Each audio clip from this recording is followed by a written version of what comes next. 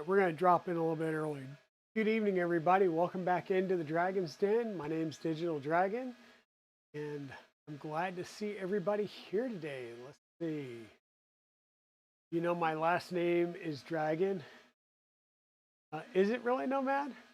Uh, hey, Chris, too. Welcome on in. Mr. Wizix. Maker Viking, how's it going? How is it going, my friend? It's been a weird day. Had to go into the office today and left a little early to once again, I needed to ice my hand. As you can see, this finger is still kind of beat up. Probably looks uglier than it is. But yeah, it's careful with saws. They snap back and smack you occasionally. And I did decide I wasn't going to cut any more frames anytime soon. One, because I literally broke teeth off of the saw and bent some teeth on a Diablo saw blade on a DeWalt. I believe it's a 12-inch sliding compound miter saw. So yeah, not as red as it was, but it's still there. Yeah, more clamps, definitely more clamps. Keep soft, squishy bits out of the way. Maybe, I don't know, wear a flak vest and a full helmet. But yeah, I'm gonna buy a purpose metal cutting saw. It's not gonna be a it's not gonna be for like the grinding blades or an abrasive blade. It's gonna be a tooth blade as well. But it's going to be dedicated just for cutting metals because, once again, we'll be cutting some blocks at some point and doing some things over on the Milo. So need to be able to cut down some stock. Let me know if you need extrusion. We can sort you out. Okay, Chris, sounds good. Sparks on tap. Welcome on in.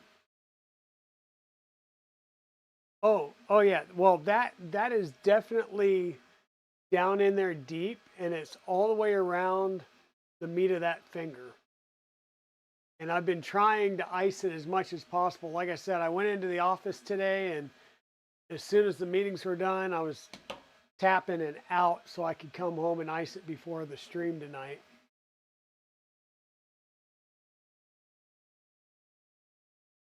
Starting to feel a bit better, working on some last minute marketing material for your latest model. Trying to get back to #1 this week in the things content. Yeah, that one's kind of hard. I'm doing good. Doing good. We're back from 3D Printopia. We've got time in the schedule now, so it's like let things breathe. We've got prints going over here on the box turtle on the Trident. So that's good. We've been doing some more box turtle maker chips. I'll have to get that one later. The QR code is looking a lot better now that I switched over to a 0.4 nozzle, which really helps when doing QR codes, and got the extrusion multiplier of the filament broken in a little bit, or dialed in a little bit better, I should say. So yeah, we were printing these out at the show. They were a great hit. Everybody loved them. I mean, cute box turtle. And I was wearing my shirt all shows, so box turtle shirt that is. So knuckle buster gloves are your friend. Exact. Well, and the thing is I've got like I was gonna say like mechanics gloves, but I got the ones that have the knuckle guards on them and stuff, and I wasn't wearing them. I mean, why would you wear things like that? You know, PPE. But hey, Tech Jeeper, welcome on in. So Tech Jeeper is obviously a lot further along than I am on this build, and so is Daniel with ModBot. So the plan is to catch up and beat ModBot to completion, just because it's me. But taking our time and make sure we're doing it right too. We want to try not to do a lot of rebuilds. And hey, Createx Brit, welcome on in, nerd. How are you doing? Little squirrel butts. That is the cutest emoji out there. Little dancing squirrel butts. I can, yeah. So, like everything else, this is an LDO kit. I'm going to switch over to the overhead real fast. And because, you know, it's an LDO kit and they always make updates as necessary. So what we've got here, right here in this top corner, is 3 parts that we had to reprint because there were some changes. We have a Z-axis, I believe this is a Z-axis linear rail like lineup system, and then a couple of pieces for the extruder mount, and we'll be working on these right off the bat today. So we got those printed right before we, or actually right after we got back from 3D Printopia. And then you'll notice a few other parts out here. What I was doing was going through the first several parts of the manual. In this case, I think the first 7. Yeah, first 7 chapters, and really going through and just doing, goodness gracious, the heat set inserts, right? So I'm just going through and getting the heat set inserts done. That way we don't have to worry about firing that up all the time. And we're dealing with 3 different sizes. We've got M2.5 by 3 by 4, M3 by 4 by 5, and M3 by 6 by 5. So we've got 2 different sizes of M3 and then 2 different sizes of heat sets, being 2.5 and M3, which would normally require you to switch back and forth between the heat set tools. So I just try to get those done ahead of time and get them out of the way. You got a few new updates coming in the pipeline, but all printed parts that are easy to do. Awesome. Yeah, well, I happened to be at KB3D's booth when Justin came around with the 3 printed parts and was giving Chris a few sets to throw in with some kits that were where people were buying the printed parts as well. Easy enough for me to print as soon as I got home, so that's no big deal. One other thing that I will say is LDO Motors loves to provide documentation as well as stickers. And I think, is this? No, this is 3 different stickers. I was going to say the LDO, the Positron logo, and the Positron itself are 3 separate stickers. I for a second thought it was a monolithic sticker, and I'm sure you could put it on something that way. But we'll have stickers here, which is really cool. I'll add it to my pile over here of some other stickers, and I will just say, if you got some like this, then if you know, basically I'll say, if you know, you know what this came with. I know Zombie Hedgehog does. But you got the same fancy fanus? Exactly. So we get to play with some things in the background. Hey, Da Vinci, welcome on in. But one thing you'll notice, and I normally I don't even open this up and look, but they do give you a breakdown in here of the materials that you're going to be using, like everything that's in the kit and which box it is in.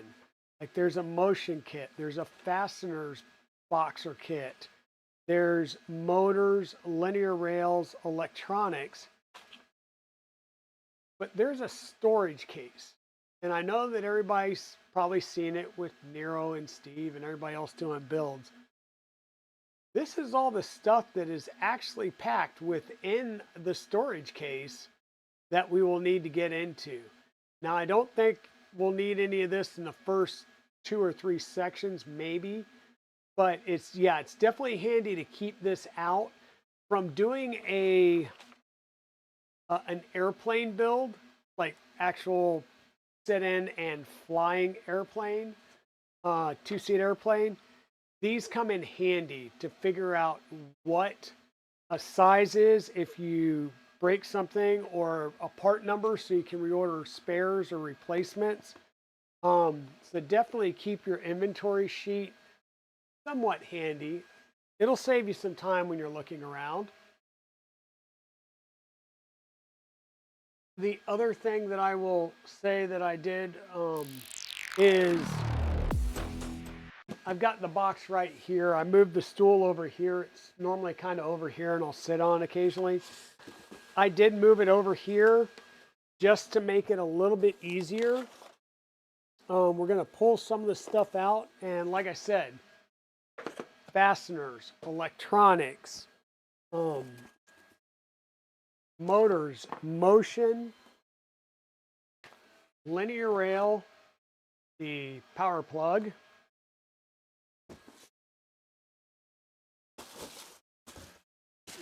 and the really cool travel case.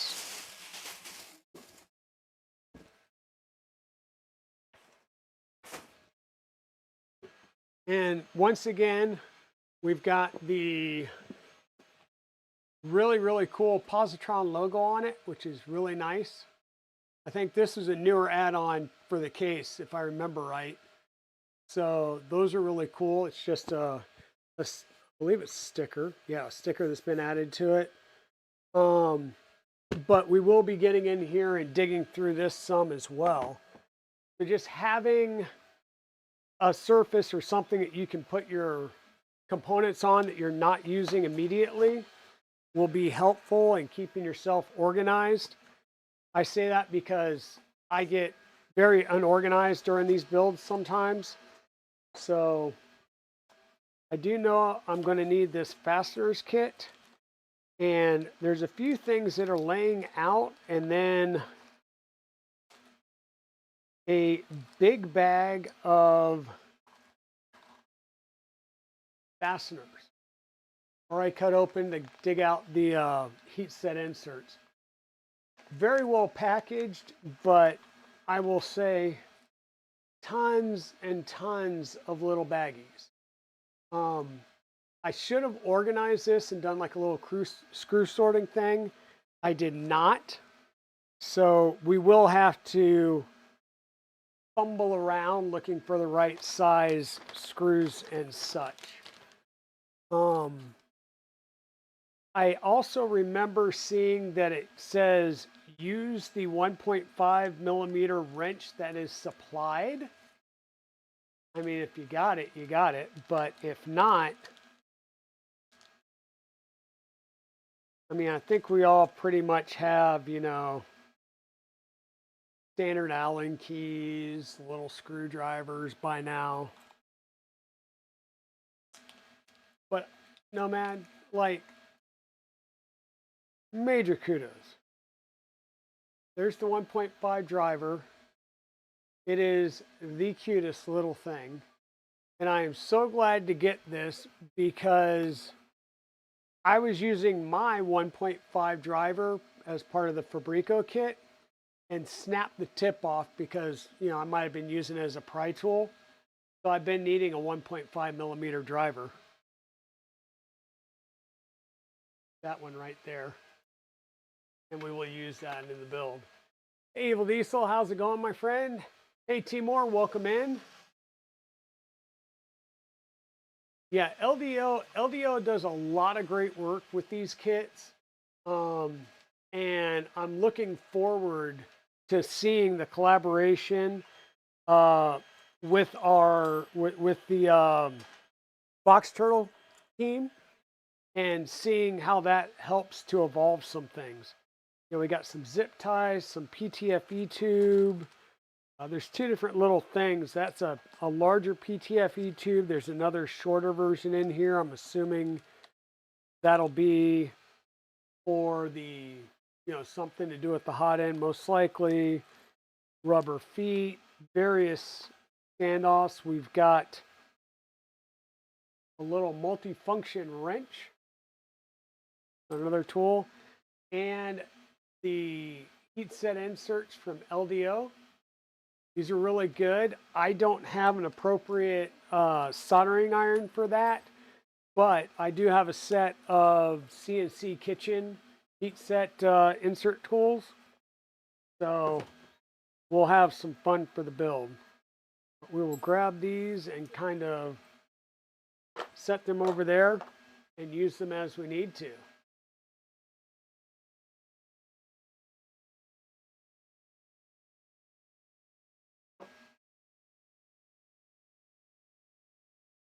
Doing good, Evil Diesel. I know I sent you pictures earlier, but yeah, the bruising on that hand is still there. It looks pretty gnarly, but yeah, it's okay. I've been icing it, and I'll ice it again after stream. Hey, Pez Liz, how's it going? Yeah, exactly. Use the tools that are provided. You're working on KB3D driver's head. Yeah. So for those of you that weren't here for the last stream, we've got some projects, and so Nomad, you'll like this. As we pulled in, as Evil Diesel and I pulled into the house on Monday after driving back, we had just backed into the driveway so we can unload things. And I look up, and around the corner into the neighborhood comes the UPS guy. And I'm like, he's coming to visit me. And he pulled right around in front of my driveway and stopped and brought me the Positron kit. So that was my welcome home from West 3D, was my Positron kit arriving.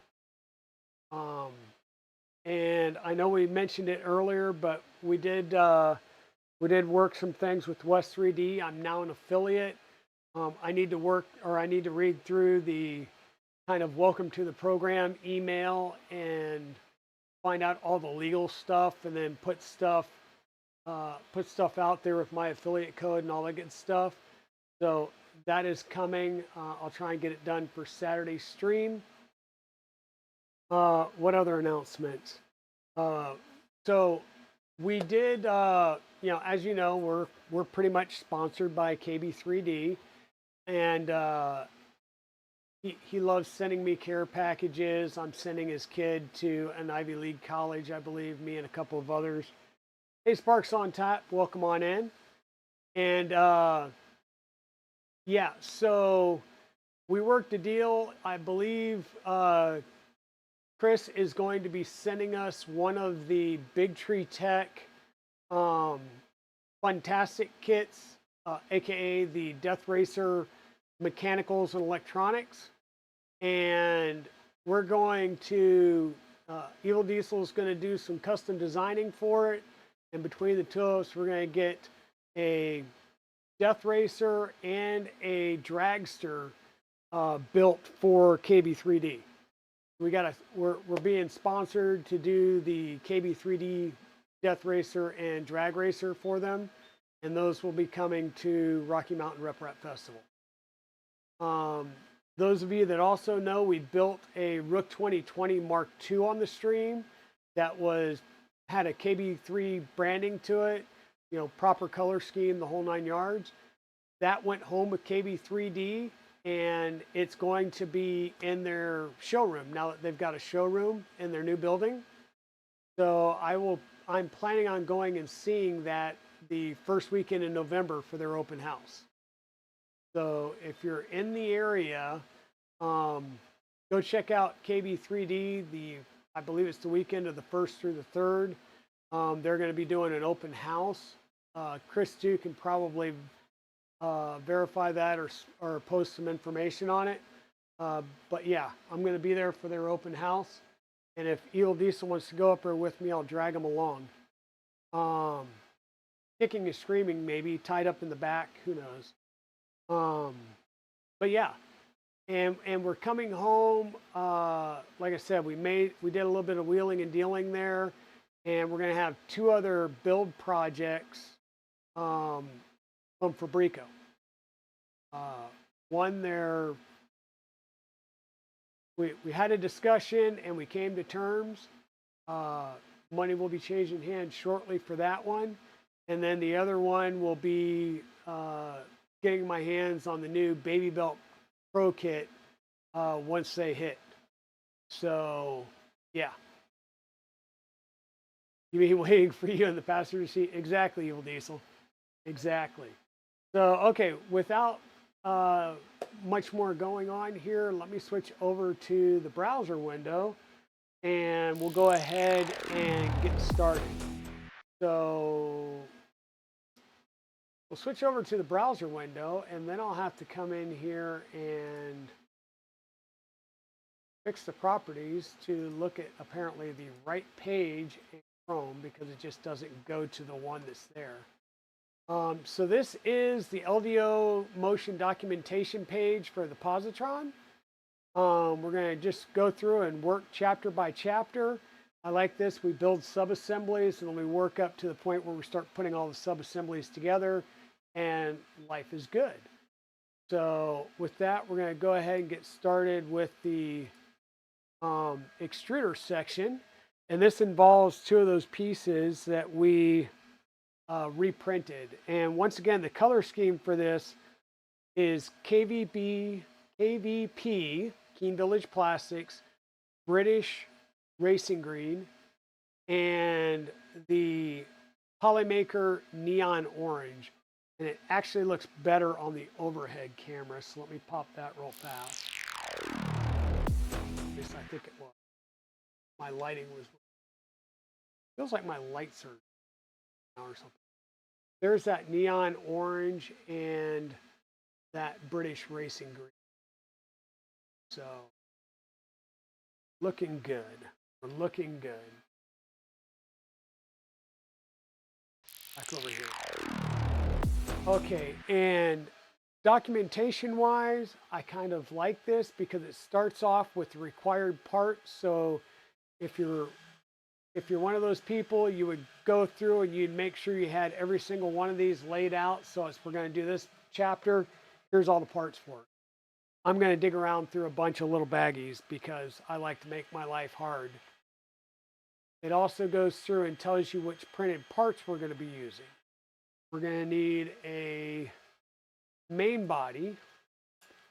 I believe this is the bottom plate, the guidler, and we're going to need the motor plate. And this is where your Polymaker filament bags come in handy. Looks like it's that piece. Yep. So there we go.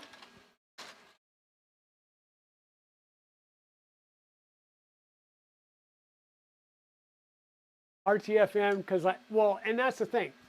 I've never built one, so I need to read the manual. I want to follow the manual, and if there's any issues, I want to be able to give feedback on the manual. There's some builds that I've done enough of that I just kind of rush through and do by memory, and then I normally wind up redoing some things. Prepping the parts, it calls for 1 M365, so the longer M3, and 3 of the 2.5. I'll say that's one of the changes. This part, the old part, had locations for 3 heat set inserts. We don't do that anymore. We're actually just threading directly into the plastic. And I watched Modbot do that on his stream, and it looks like it goes pretty well.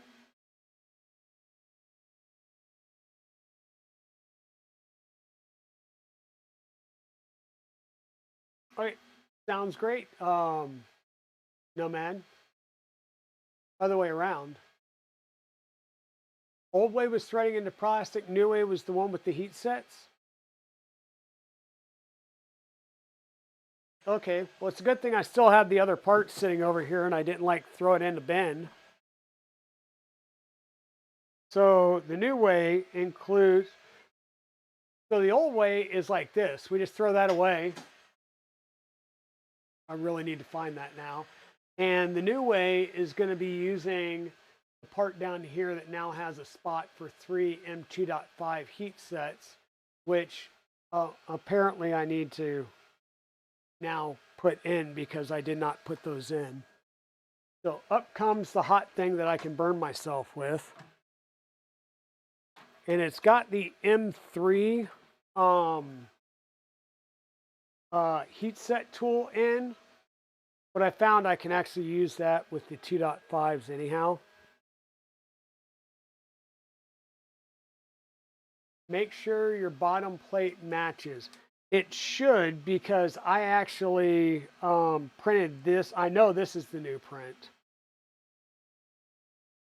So make sure that the holes line up and match and that I can hold it up and see all the way through, and I can. So yeah, we would. Yeah, V1 does not mesh with V2, and yeah, that makes sense. That makes sense because that little hump notch right there. So there's a little hump right there that this has a notch for, and it goes on there perfectly. So we need to put in our 3 M2.5 heat sets into this.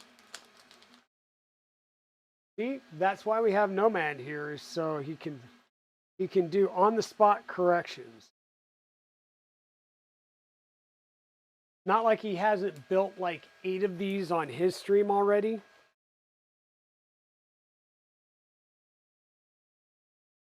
And I swear, every time that box turtle cuts the filament behind me, I want to look around like something's breaking or something's doing something wrong.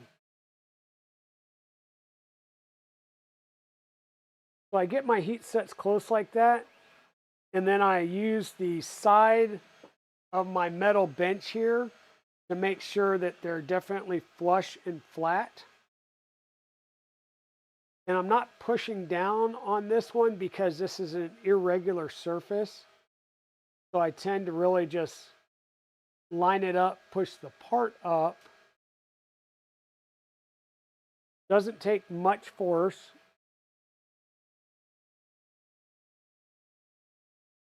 And I rub it back and forth as well to burnish the printed part. And that also takes care of any little bit of plastic that will kind of spooge out around it. So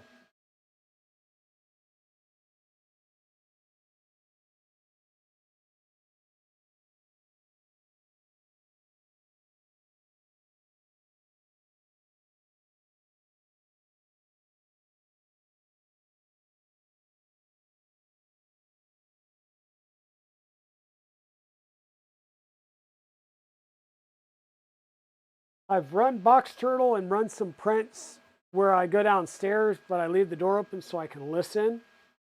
But I'm not to the point where I'm going to let it run like unattended overnight. I haven't had any major issues with Box Turtle, but I have had just some failure to feeds or something that requires intervention occasionally. So, installation. For all the M2.5 screws, please use the driver included with the kit. Driver, cute little thing. We need an MF148ZZ. So you guys have seen us use the 148ZZ bearings in the Box Turtle build. This is the flanged version of those. Screws, screws, screws, lots of different screws. Shim washers. Mother washers. X nut. I am not seeing flange bearings here. So where are my flange bearings at?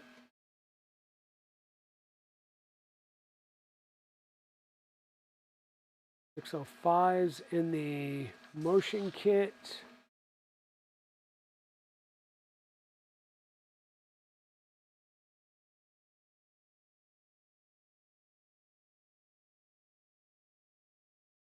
Hey, Chaos Trucker, welcome on in. Thank you for the raid. Thank you, thank you, thank you. We are actually starting our Positron build, and I'm already at a loss trying to find where the bearings are that I need. MF148ZZ.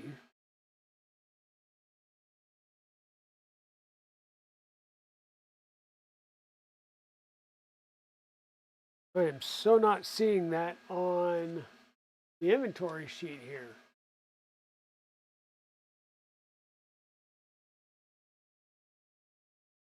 Awesome. So you got one coming in too, Chaos Trucker. Awesome. Yeah, I know Tech Jeeper is building one right now.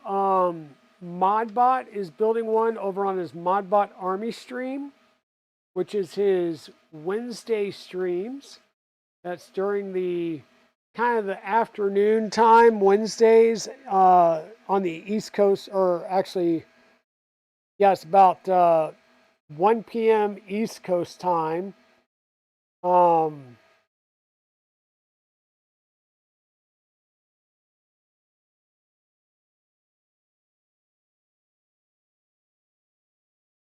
Wow, interesting.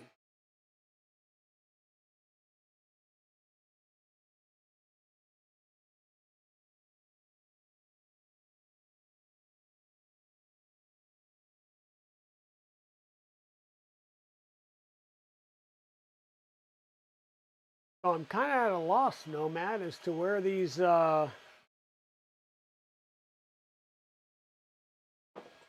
bearings are. They're probably still in the fastener kit, and I just overlooked them like 15 times, or they're using like a weird name for them.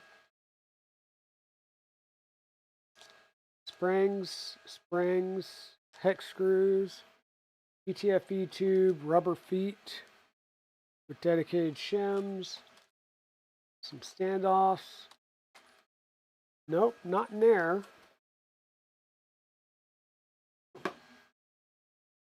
We dig through here again. Like I said, we've got a plethora of different size and types of screws, so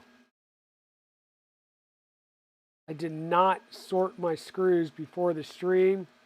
So Chaos Drucker, let me throw this on the overhead. This is all the fastener kit, so I would highly suggest having a screw organizing bin of some sort, because there is definitely a ton of screws.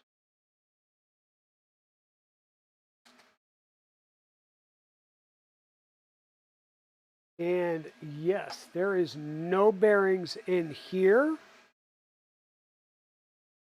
I didn't see any in the motion kit, but I may have.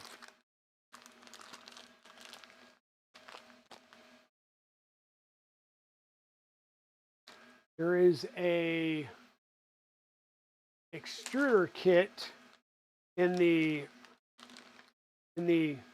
motion box. There's our pre-greased planetary gearbox cover, planetary gears, shaft, Bowden. There's our bearings that we were looking for. So they were in the extruder kit, which makes sense since we're building the extruder to start with. So first chapter, your extruder kit stuff should all be in the extruder, or in the motion box, in the extruder kit bag. I am seeing different bearings. There is the planetary gearbox, planetary carrier. There are some screws in here, so thinking we will probably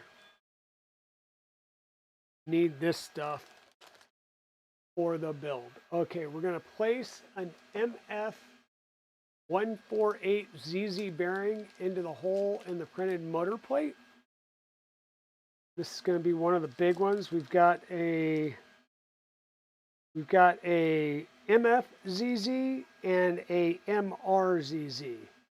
So one with a flange, whoops, where am I going? One with a flange and one without a flange. Same size without a flange, one with a flange. We're going to use the flange one.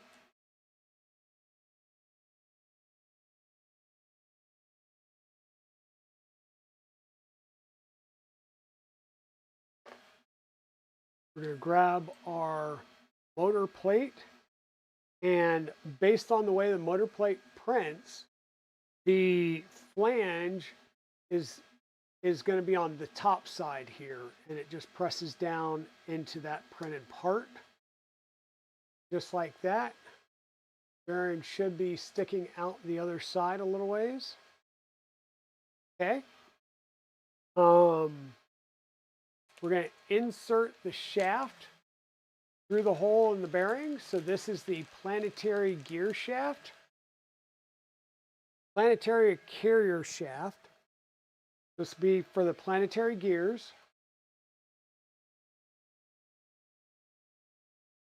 Going to go from the top down.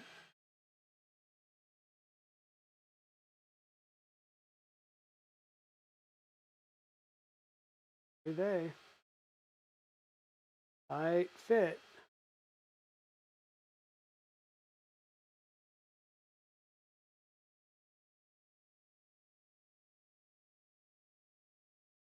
Tight fit, but it goes in. Okay. And then on the other side, oops, probably helps if we come back here.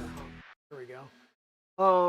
We're going to place the primary gear onto the shaft and install it with an M3x3 set screw into the flat edge of the shaft here.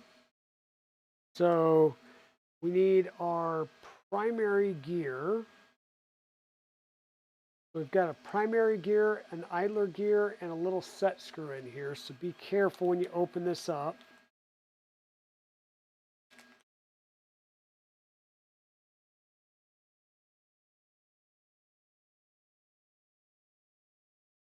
The idler gear, this is the primary gear. We've got a tiny little set screw, and let me get the set screw on here to show you. It does come with, I don't know if that's going to show up, but it does have Loctite pre-applied. So good job there, LDO Motors. Go ahead and get that started in the gear. Try to. There we go. And once again, we'll line this on the flat with the meshing gears closest to the back panel here and the bearing.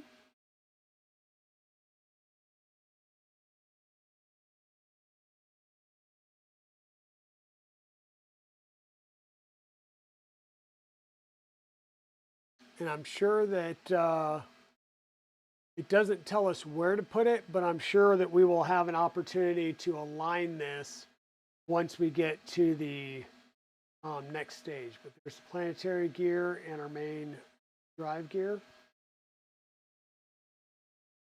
And then we're going to put the MRZ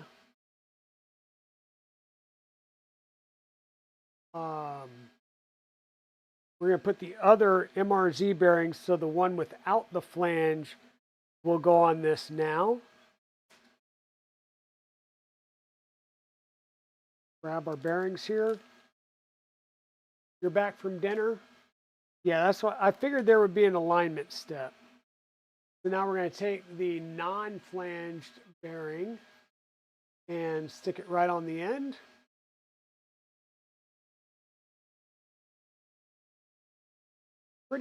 It's a pretty tight tolerance fit, so just play with it. Don't really force it. It should line up and go right on there with no issue, right?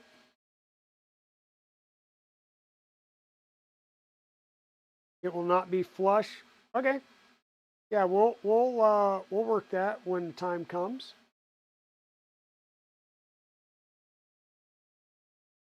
And so this is kind of where we're at right here. Next up, we're going to install the bottom plate. The bottom plate was this piece that we added the heat set inserts to. And things are going to line up.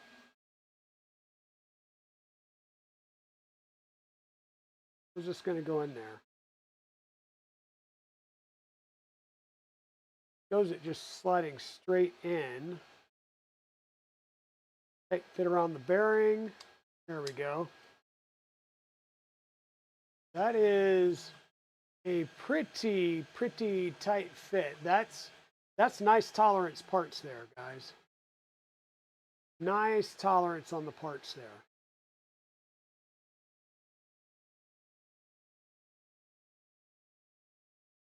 Okay. Combine the extruder motor plate and main body. Cover the main body with the bottom plate and secure with M2.5 by 18 button head cap screws. Tap directly into the holes. In this case, we're not going to be tapping directly into the holes. We're going to be going into the heat set inserts that we added. We're going to put our bottom plate on top here. And there will be three M2.5 by something. We've got M2.5 by 18 button head screws. So yeah, tolerances are definitely tight, which is good. And especially on something that is this small and tiny, it's really good to have these printed features really nice, tight, and aligned.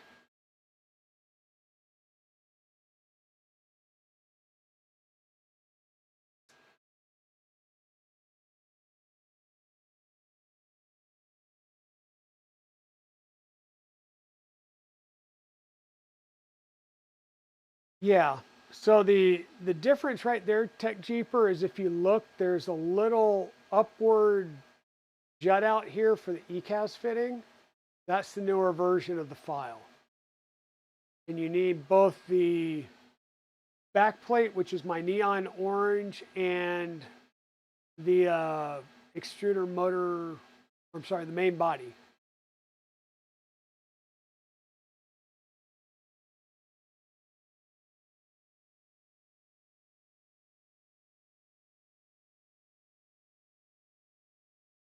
And I'm not going to yank and crank on these just yet. I'm just getting, I want to get all three of them lined up, and then I'll come back and tighten them down.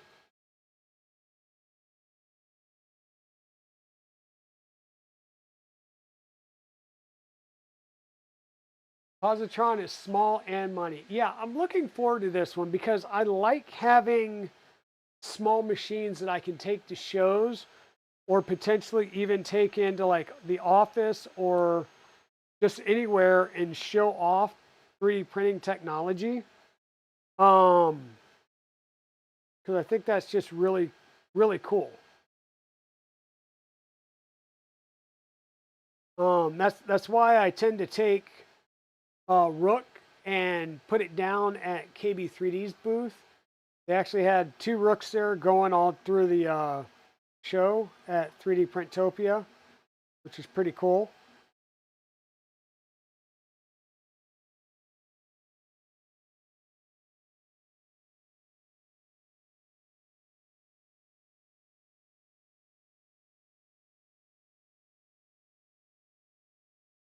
And we're snugging this up. I'm not trying to split printed parts here by any means. We're just getting it snugged up.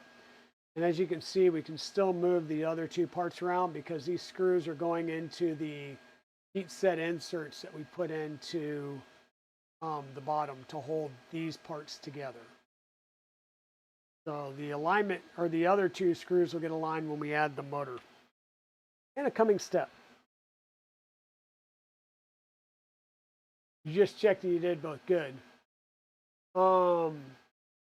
Yeah, Positron is perfect for that. I like that it has a case. My biggest fear is I always take my rooks in a tub and I have clipper screens on the front of them because it's easier to just hit print and interface with the screen at the show than rather than trying to do things remotely. So basically just have things pre-sliced, test printed, and then you go to the show and you can just interface with the screen and say touch and go. It always works better at shows without having to try and do networking and stuff. Now we're going to prepare the guidler. We're going to use the guidler part, and once again, that is an M3 by 6 by 5 that goes into the guidler, if I remember right. So it's the longer, deeper version of the heat set inserts. We're going to need the bushing, the palm bushing, the 4 by 16 shaft. So this little part right here. And we're going to need the other half of our bearing, or not bearing, but our drive gear. We're going to place the bushing into the idler gear and then set it in place and run the shaft down through it.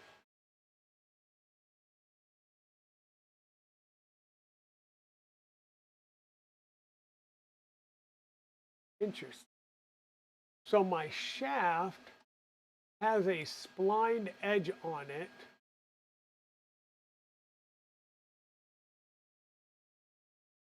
And I'm not sure if my screen or my camera's going to show, but you see that top edge has a spline to it. Is there any significance to that, Nomad? Or is it just easy enough to buy this the way it was?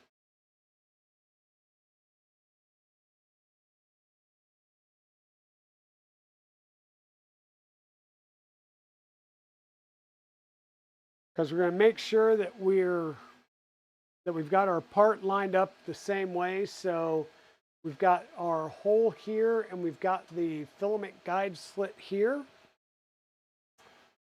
So that's going to sit down like that. We've got our gear with the larger gear at the bottom. That honestly would be an LDO question. I think the splines are just for friction. Sounds great. We're going to take our palm bushing right down in the middle of this. We're going to set this in our idler. Once again, making sure that the filament teeth line up with that slit at the top. So that makes sure that we're doing it in the right direction. We're going to hold this in place and we're going to set our shaft down in there. I'm going to go spline edge first, because you'll see that this is a, I'll say full open, and the other side is not. So this will be the side that'll be captive. And then if you ever need to pop this out to clean it or do any other work or replace the palm bearing, you can push on it from this side and push that shaft back out. So we'll just make sure that we are pushed all the way in to the printed piece. And that way the spline will actually get a friction fit in here. So that makes a little bit of sense to me. So your shaft will be kind of down in at the bottom of the countersunk area there. You're going to make sure that your gear once again lines up with the filament path. Okay?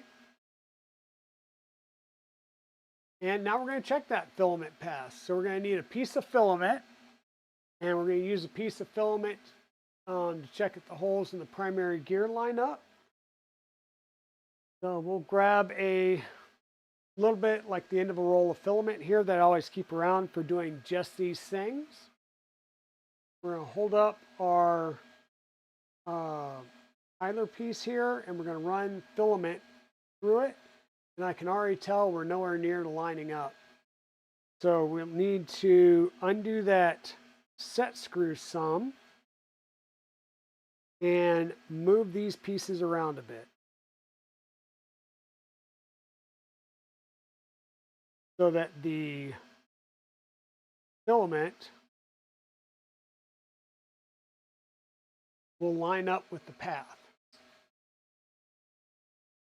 Okay? And once that filament is lining up with the teeth in the gear path there, might need to go a little bit further up.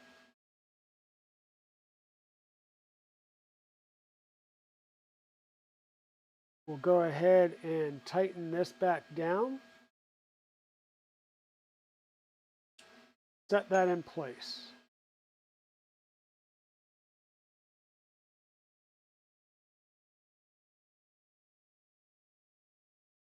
Like that. So once again, there's our filament path, and if we look all the way through, we shouldn't see any main issue or barrier there. So we're good there. We're going to install the extruder guidler. We're going to use an M3 by 25 screw.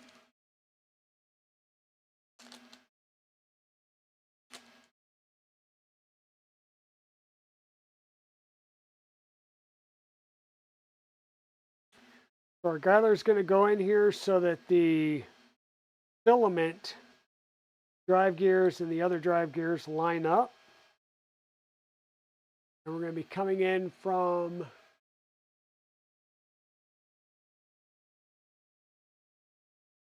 what I'm looking at here, like this. This screw comes in here like this. This is going to come from the top down, and this is going to play pivot pin,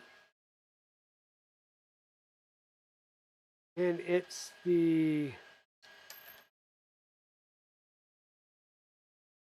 where did that go? Didn't make it down to the ground. It did not.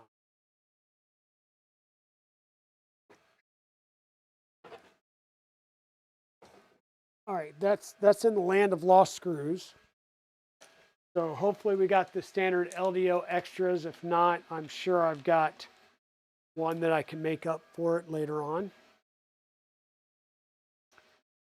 But out of the two screw holes here, we're going the one farther in. That's going to be make our pivot point here. Yeah, the land of lost screws. So I've got on my bench down here, I've got the Robert Cowan like sliding filament drawers, right? So I've got a double stack of them, and then I've got just a piece of MDF going across that makes a shelf.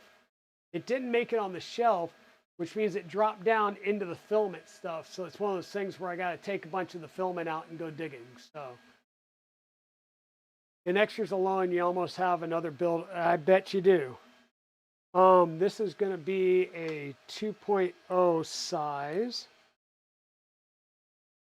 And once again, this is going to feed all the way through that idler and into the orange piece.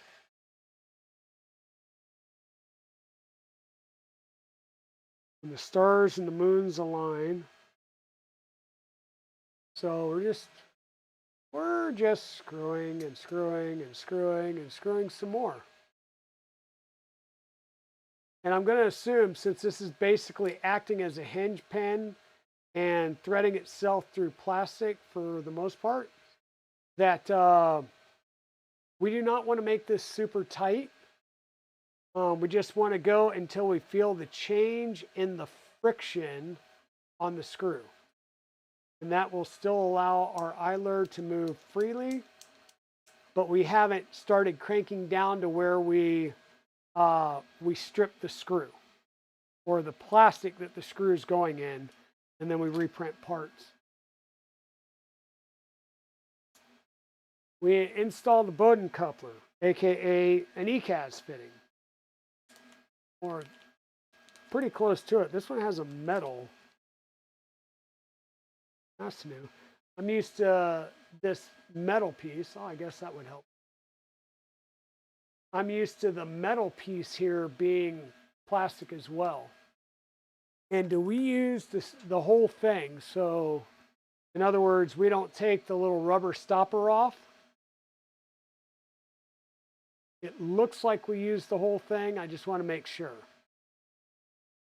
Because there is a little rubber donut at the bottom of this that goes, oh, so that's plastic. And then there's this little rubber silicone donut. Do we leave the donut on or take the donut off?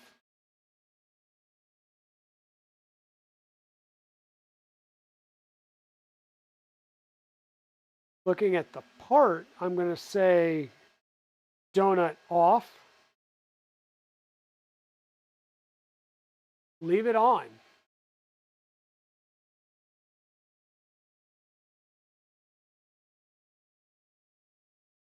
Okay, donut's going to get pretty squished in there.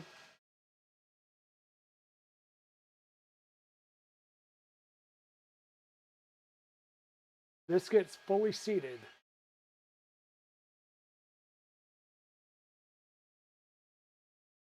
Okay. And what I'm going to do is grab my Nippix. We're going to Nippix in the butt.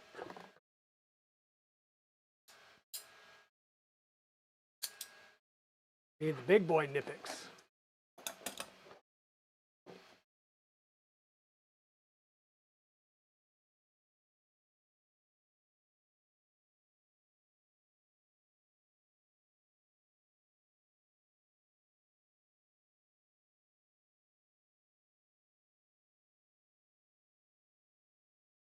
I'm going to be applying slow, steady pressure. You do not want to like crank on this real fast, or you can stress crack the part.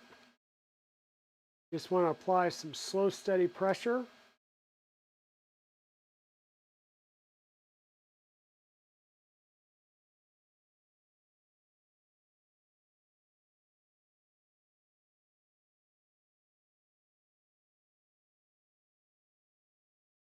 It doesn't help the part is not 100% flat.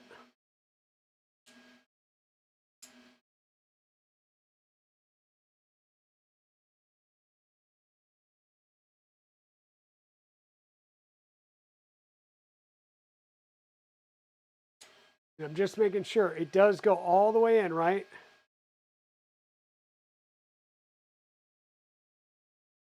Looks good from here.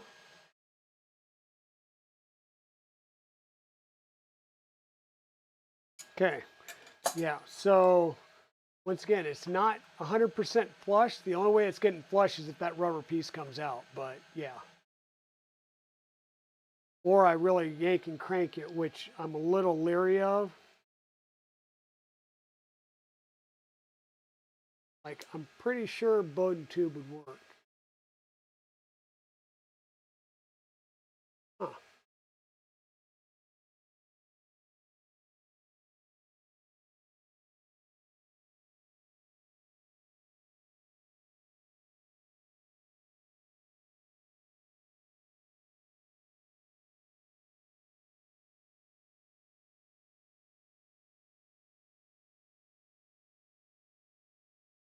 Okay.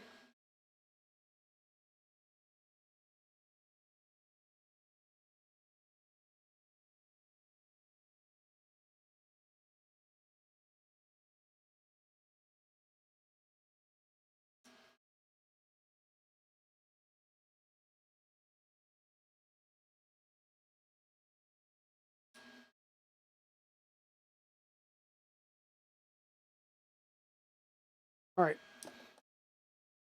Extruder piece done.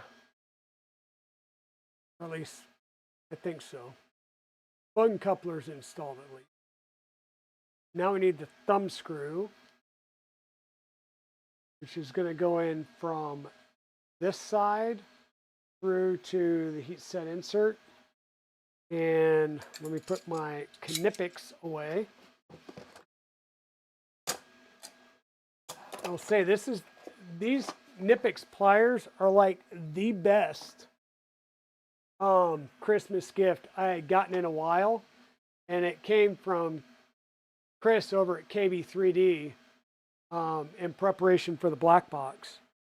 So shaft bushings, bearings, we saw the 3 other bearings here that are going to go on the planetary gear drive. We're looking for our thumb screw and the spring that goes with said thumb screw.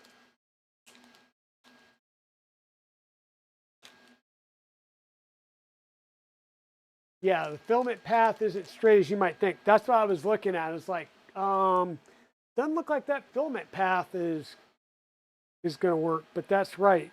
This is the wonky filament. There's a few different wonky paths in here.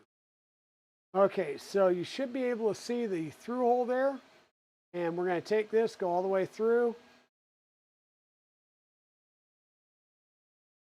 You can go right into that thumb screw.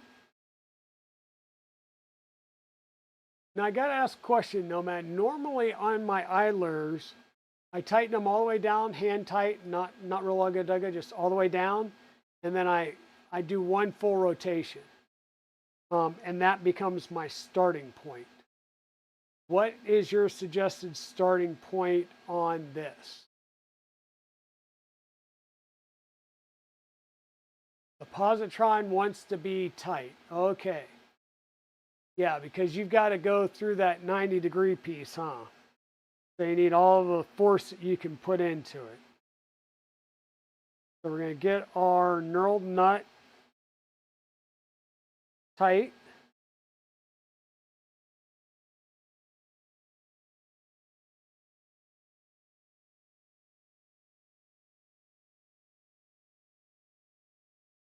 And then I'm going to attempt to do, quite honestly, I'm going to mark the top of this.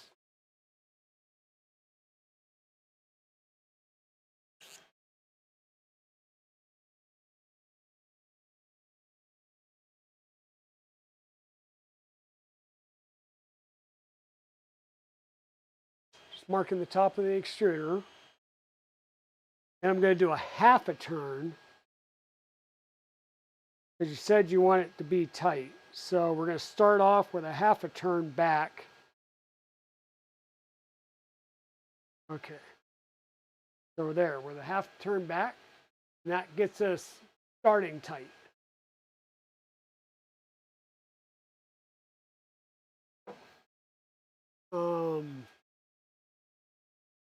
Install the end stop. Is this the part where we need to deviate? Or is that on the Z end stop?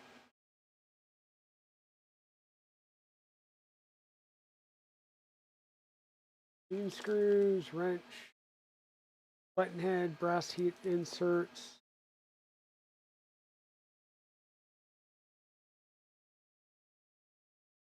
Because I'm not seeing an end stop in this section. Yep, you can do this step. The deviation is at the motherboard. Okay. Yeah, it's in the electronics box. I mean, that one does make sense. End stops will be in the electronics box. Toolhead PCB, bed breakout PCB, silicone thermal pads, PV3 switch PCB, Z end stop cable. This is not the Z end stop, right? Oh, I guess it is. It says the Z on, oh, this actually has the Z end stop on it as well. So I guess that's the one we're doing.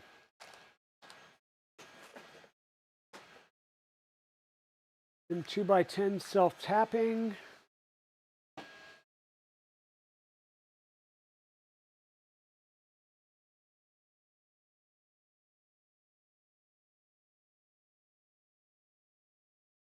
I do not have them in the kit here, so I need to go through here and find the M2x10 self-tapping.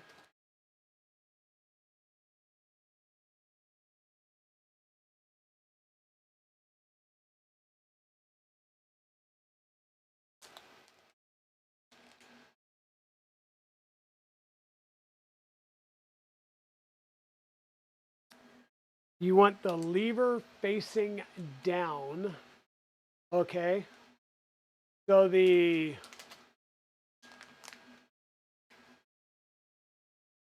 bump, or the bump, the I'll tell you, the trigger pin needs to be towards the top of the extruder.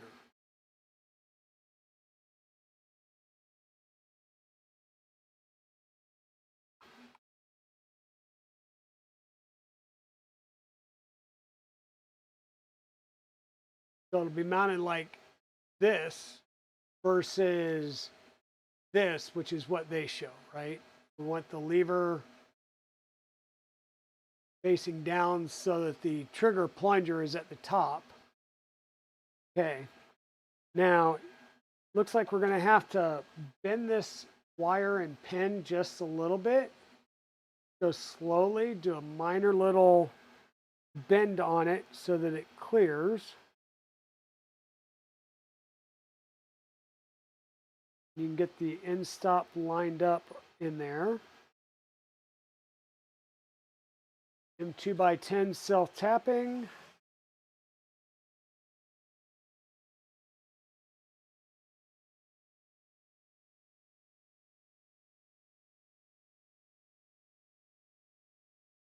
Guy was updated just before LDO went on holidays, so some things, yeah. Yeah, so those of you that are waiting on anything from China, number one, if it didn't ship already, it's not going to ship until, I believe, the 7th at the earliest. And if it came into the Gulf Coast or the East Coast of the United States, it's kind of sitting there for a while as well. You now have completed the assembly of the extruder. We will install the motor and the rest of the planetary gearbox in a later step. Well, alrighty, so there's our extruder with wires. We'll have to route these as appropriate once we get there. And I'm going to set this off to the side. And we'll go into the next section. So I'm going to just click back on my mouse.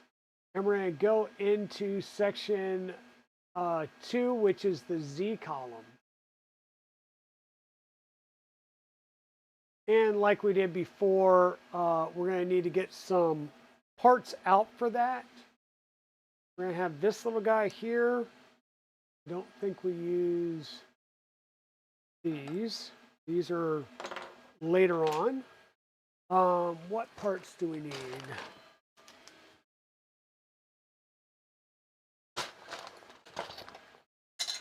Nope. Nope. Nope, nope, nope.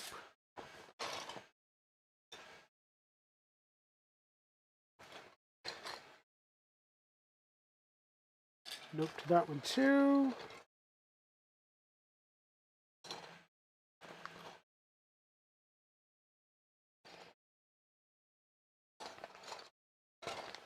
Looks like we're going to need these alignment tools, that alignment tool.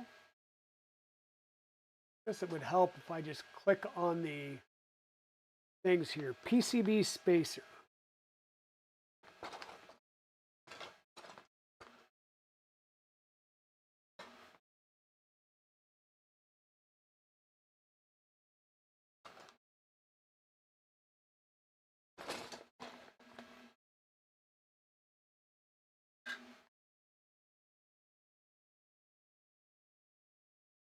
PCB spacer.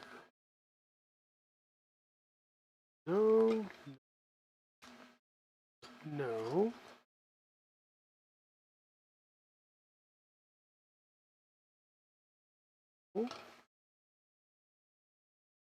Did I have a part that I did not? Holy crap. I was thinking that was going to be a bigger part. Tiny part there. Okay. So we've got that piece. We've got our PCB spacer. We need the Z-belt retainer block. I have seen that one. That would be this little guy.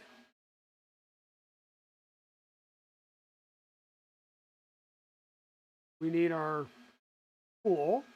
So this is a new version.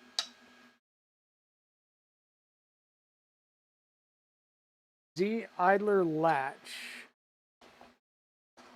And this just looks like a latch.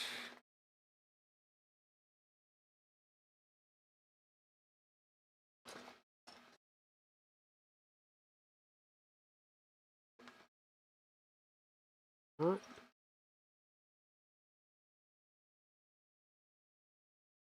Oh look, it looks like I have an option of which color I want to use for that one. There's our Z idler latch.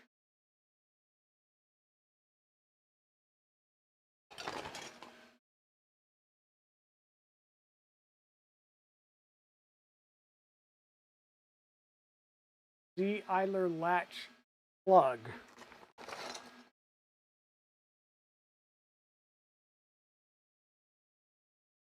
Nope.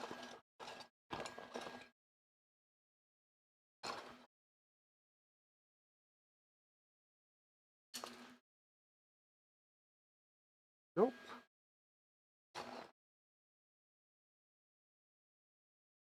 No.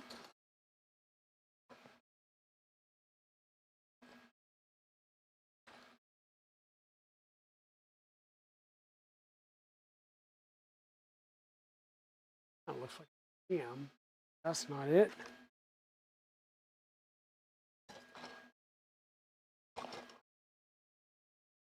Z idler latch plug.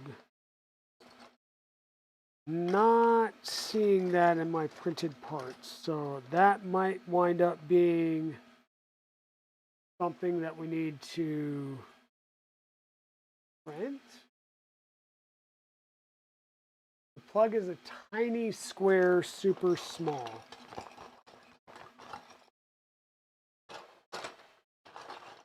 Tiny square, super small.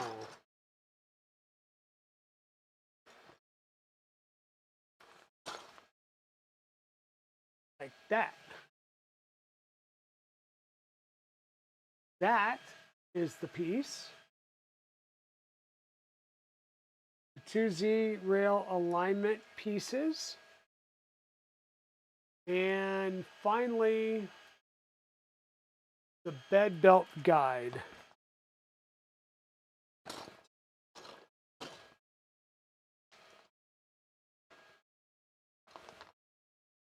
That is that piece. So, yay, we found all the parts to include the little fiddly part.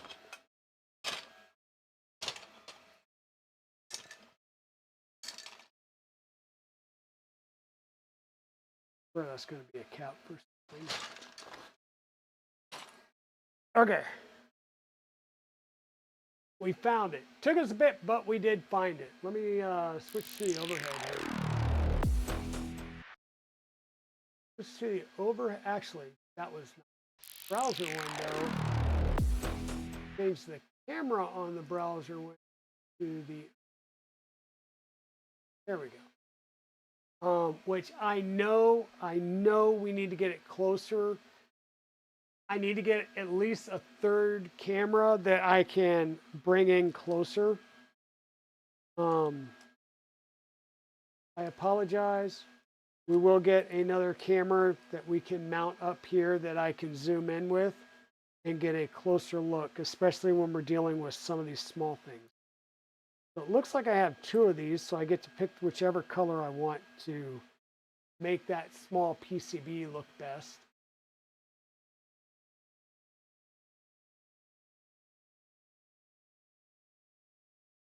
If you want the new STLs, just let me know. Okay, so preparation for the printed part. This part gets a M3 by 4 by 5, whoops, M3 by 4 by 5 heat set. Heat set's been in there. Yeah, the one you'll never see. I can go green or I can go orange, but apparently I have one of each. Don't know why, but we'll see which one looks best at that point.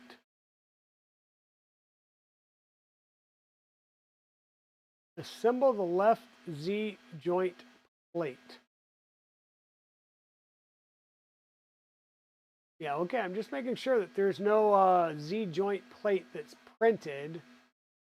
So that's going to tell me that is a, is that a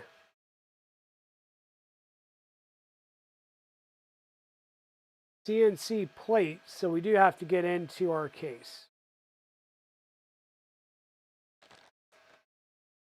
Alrighty.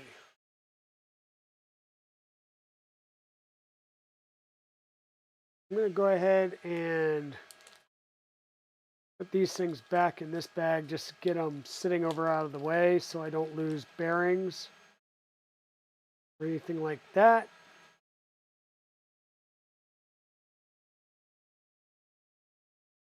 And know that this is all parts that were for the extruder kit. So when we get to the next stage of the extruder kit, we'll have that. Okay, so we have these parts. We need to go grab some parts out of the case.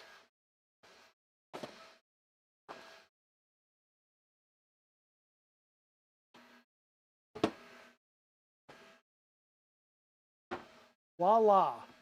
Our Pelican case. This will be what we will store the Positron in and take it on flights of fancy all around the world. Now, does this foam, this is just for packing the stuff here. We don't probably need this down the road, or I don't know. Our spool holders will go in here when we get there. This is the 3.5-inch touch Positron controller. This is our bed with a little wipey cloth on it. We're going to leave that on top of it for now. And we're going to try and just lift this piece out and get to the next layer. Because said next layer is where we get to various CNC parts that are in cut cardboard that are, I'm not sure if these are stamped or laser etched, but looks like we're going to need Z-joint plate, right Z-joint plate. I'm assuming if we're going to do the left, we'll wind up doing the right as well. So I'll grab both of those out. Here's the left, here's the right. Come on, there we go. And these are, I'll say, pretty thick aluminum plate. So tool head base plate, tool head cover plate, A and B motor plates, the front axis bumper. We've got the light guide strip, the diffuser, Z sliding idler block, nice carbon fiber. That is actual carbon fiber parts. Our 1030 extrusion, I'm pretty sure we're going to be using that in this part of the build as well. We'll take that out. Crap. All right, fine. I'm just going to set this over here and we'll grab stuff out of it as we need it. And we'll move that glass bed out of the way. Okay. So I got our plates here. Looks like we're going to most likely need some pieces out of the motion kit again because we're going to need some idlers. Machine screws, nylock nuts, 6mm idlers. And look, we've got a Z-drive kit. How much you want to bet that the stuff we're going to need is in the Z-drive kit?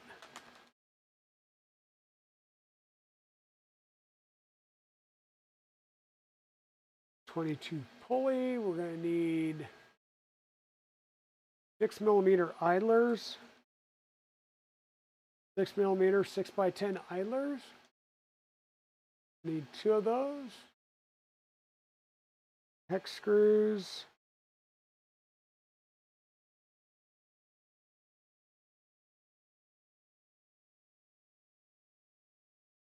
Bearings, steel balls. Nylock nuts, M3s, machine screws, M3x8 button heads. Need M3x18 flathead screws. There's the M3x18.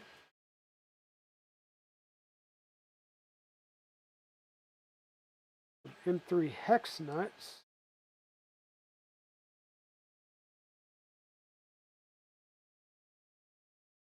Nylon nuts.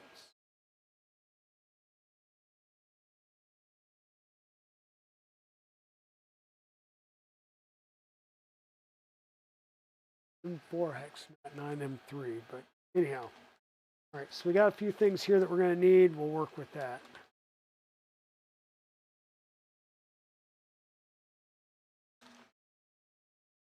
Okay, we're going to take our left plate, flip it over so that we're looking at it in the same profile view as the screen, so this way. We're going to need to come in from the back side with M3x18 flathead cap screws.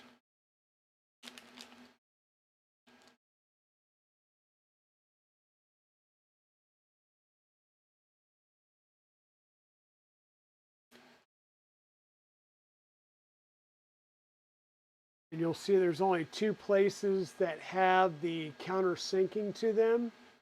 That makes it easy to know where to put your screws at. And then we're going to need a couple of M3 hex nuts. These are obviously going to become some spacers, but also provide locking force on here. I did not see any hex nuts in this package. So I will look over here in the main part set.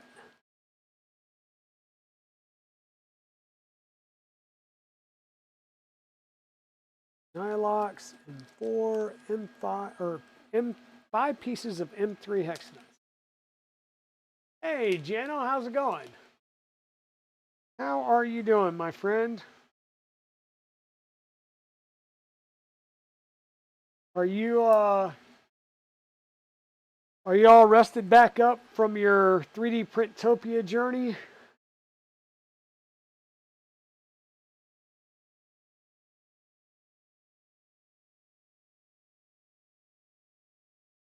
Once again, we're just going to get these snug down onto the screw. And these are basically locking the screws in and then becoming standoff spacers for the thingamajigs, for the idlers that we're going to be putting on here in a second.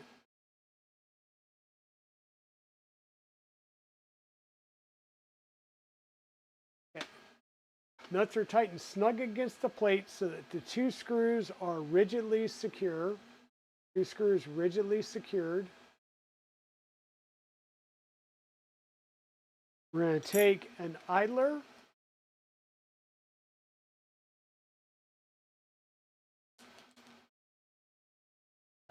There's a small M3 dowel pin that is installed in here. There's one on both parts. This little piece right here. So take these, drop them on there.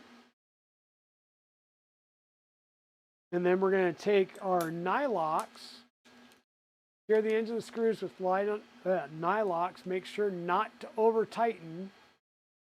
We need to make sure that the idler wheels spin freely. Probably critical. You want your idlers to spin, otherwise your belts are just chewing themselves up on it.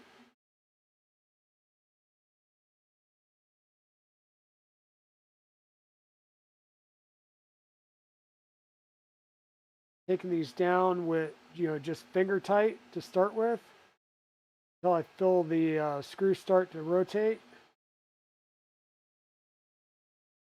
And then we'll use our little multi-function wrench. Cute little guy here. Just got back from a work travel trip for 3 days, literally right after. Yeah, you like went home or flew home and then hit another trip, right? And this is marked. We've got 5.5, 5, looks like 3/16, and 7 millimeter. No idea which one fits this. Looks like it's the 5.5. And we need to go ahead and tighten these locking nuts or these nylock nuts down.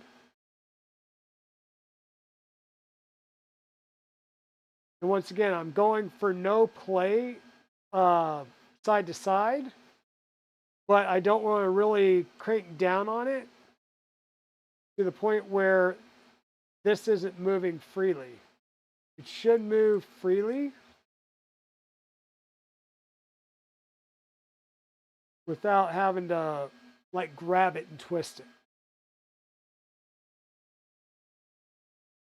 The reason we're using nylox is so they won't back off on their own.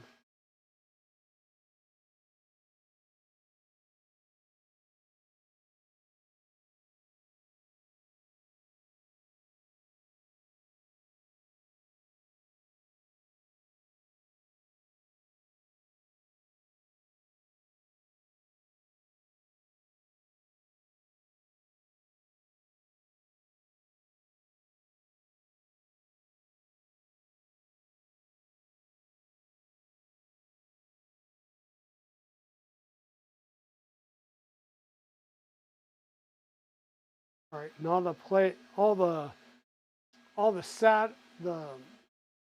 play against the screw is taken out now, and I've got good rotational motion. That's all we need to do right there.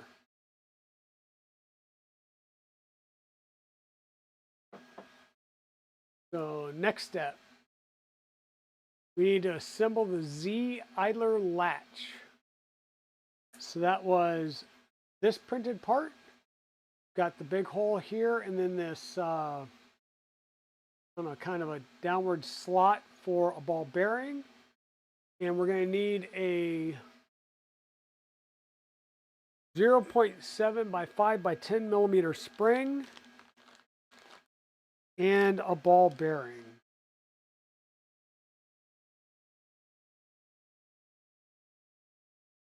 There's the spring.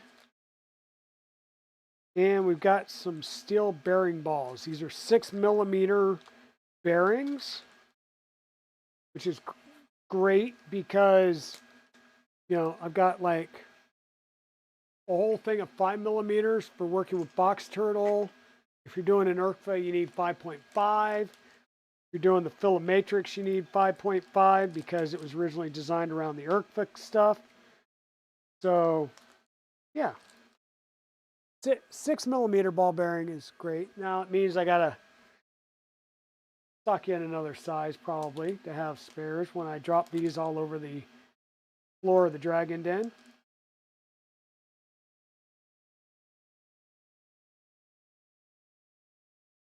Okay, so ball goes in. You should be able to move down into place.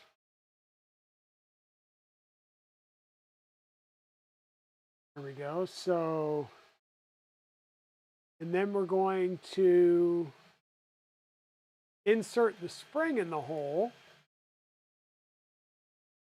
We got to take the spring and get it. So ball down in, push forward. Now spring goes down in there and gets kind of pushed in just like that. Whoops. Means now you've got the ball at the end here. And once again, we're going to slide things forward.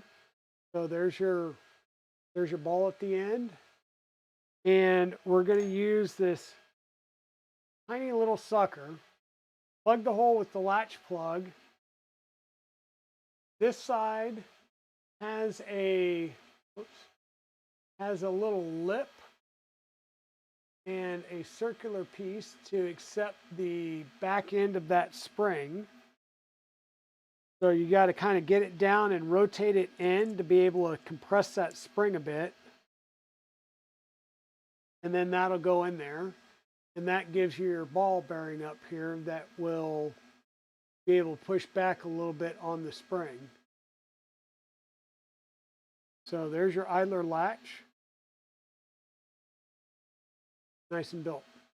And once again, if you ever need to, you can, we've got a slit on the back that you can just push that lock out and then work everything back out. Yeah, it was definitely worthwhile to get home and be able to sleep in my own bed again.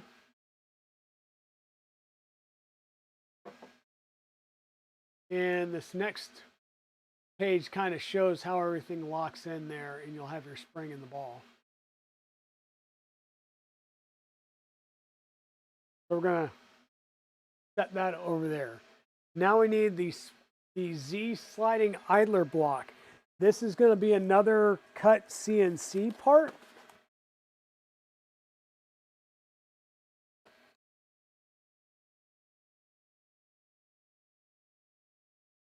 Very, very nice.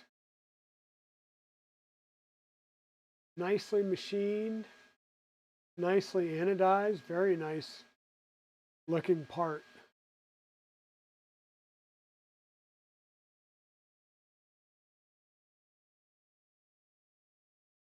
Oh, wow. It not only has the countersink in it, it is threaded, and it looks like that is an actual designed in feature where it has like a little standoff washer lip right there at the end. That is pretty cool. Like, that's some good machining there. Anyhow, I'm going to stop geeking out over this. So we need to insert another M3 by 18 flathead screw. And we're going to screw it all the way in, and it's going to act like a, we're going to screw it all the way into these threads so that it's going to lock itself in place. Therefore, we won't need the locking nut on the backside, I don't think, unless it's going to be used for, yes, it does say to add it, and then the idler. So yeah, we're going to have to put this in. We'll grab another one of the M3 hex nuts. So we still need the M3 hex nut though on the other side of this, even though this piece is threaded, right? Because that gives us the right standoff.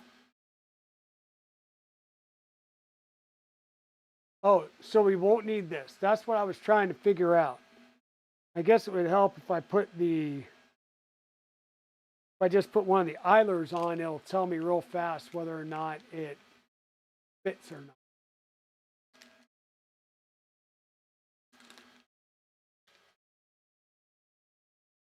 Yeah, I was going to be surprised if we needed this because this aluminum piece is threaded.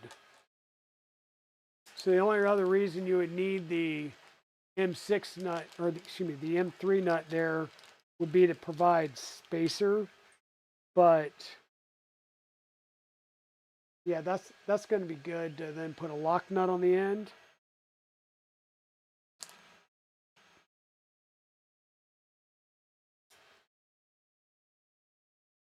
And this, my friends, is why we have Nomad in here with us, because he can immediately tell us, dude, you're doing it wrong. Stop doing it that way.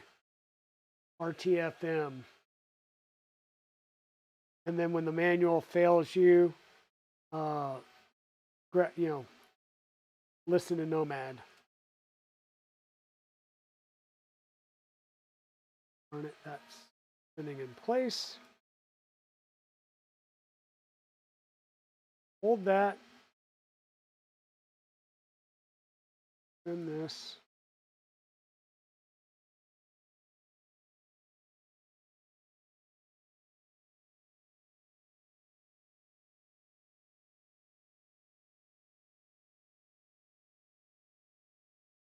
And once again, we're just snugging this up so we don't have any more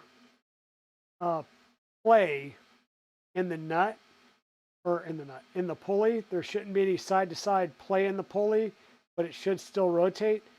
That's all you need. You don't need to throw ugga-duggas into this.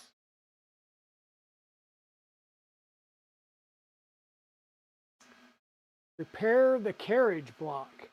This is where we're going to need our newly printed, it says V1.1, but there's like V19 actually on the part. And it's at an angle. It's not straight, by the way. But anyhow, I digress. So we're going to need this part. Combine the bed carriage block, bed breakout PCB, and the printed edge connector alignment tool. So we need a bed carriage block, which is another CNC piece, according to our thing there.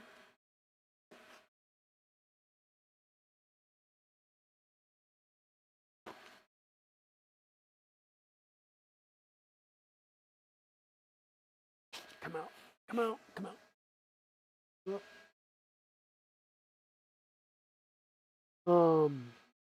We need the bed carriage block, right?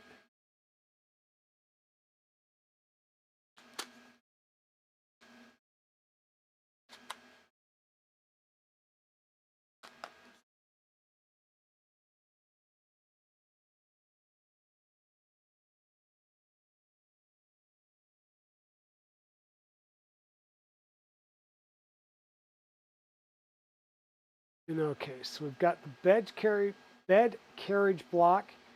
Look like it's only going to go in there one way, and that's with the serrated edges up against this side so that it sits down in this part fully, like so.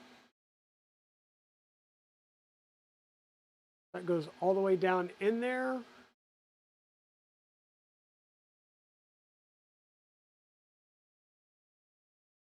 All the way down in there. Then we're going to take use two M2x6 flathead screws to secure the PCB onto the bed. So we need the electronics box. And we're going to be looking for the bed breakout PCB. Here's the bed breakout PCB.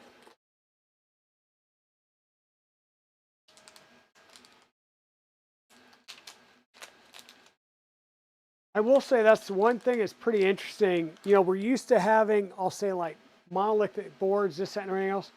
There's a lot of breakout PCBs or little PCBs in this build.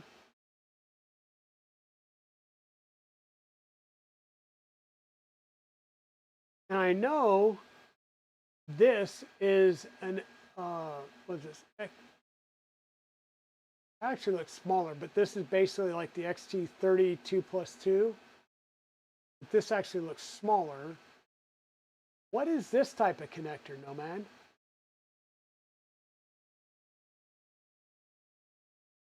I've seen these before. I just don't know what kind of connector it is. Stay on the PCB? Is not.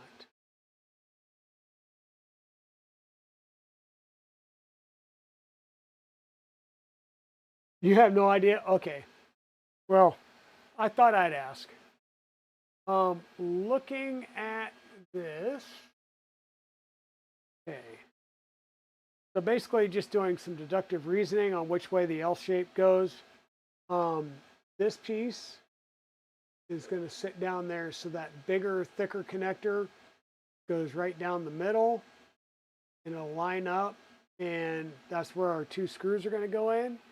And these are M2.5 by 6 flathead screws. They should be in this bag still, because this is a Z drive kit.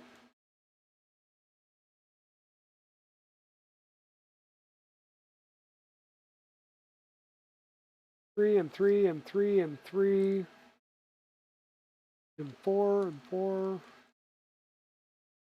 Should be, but it's not. So we go over to the main tools, not a problem. And we're looking for 2.5 by 6 flatheads.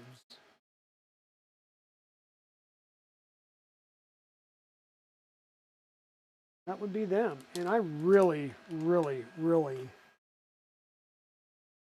Paper towel. Get a paper towel and put up here when you're doing smallish builds like this. The last thing you want is a hard surface and these little suckers going everywhere. So having something that's soft, it's not going to jump around. And if you have a little tray that you can dump them out in, that's possibly even better.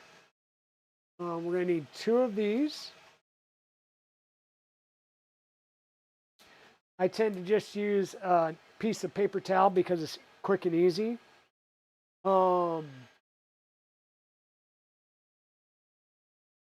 Yep, just 2 M2 by 6 flathead screws.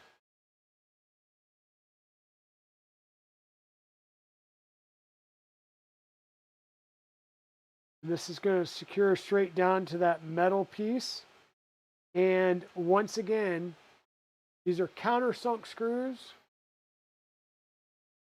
I'm not sure why we're using countersunk screws against a PCB. Your CAD says it's ED006BGFBK connector. That is very wrong, yeah. Like, why are we using countersunk screws here instead of maybe like button head screws? I just see this countersunks and I can see somebody trying to ugga-dugga it down to make it flat and cracking the PCB in the process. There we go, 2 screws holding the PCB in. Okay, so we're going to use that to hold in our spacer. Now we can, I'm going to go with the orange because I think if I do the green, it kind of sort of disappears a little bit compared to our orange. I think that'll pop a little bit more, and it's neon orange. Yeah, it just lays there. So we'll use the neon orange there because why not?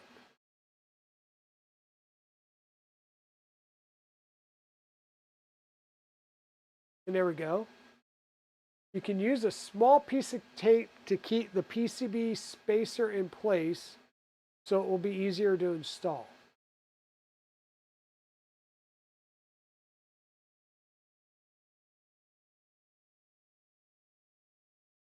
Prettiest PCB spacer you'll never see. Yep. Okay. So there we go. What's up next? Loading T-nuts.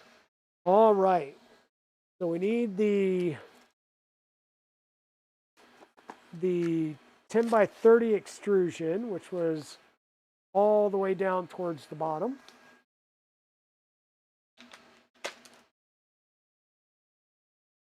There's one piece of cardboard that's out, and look at this.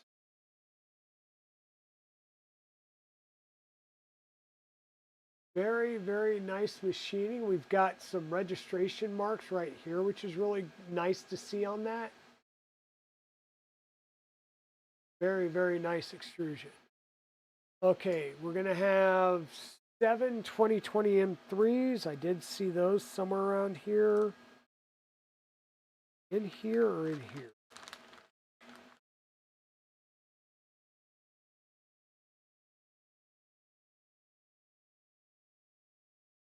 No T-nuts in here.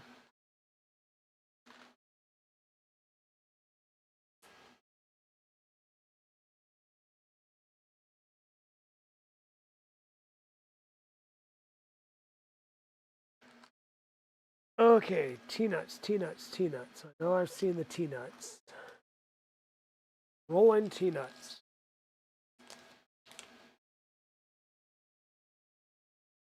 Yeah, that is a pretty PCB spacer that we're never going to see again, huh? So it looks like,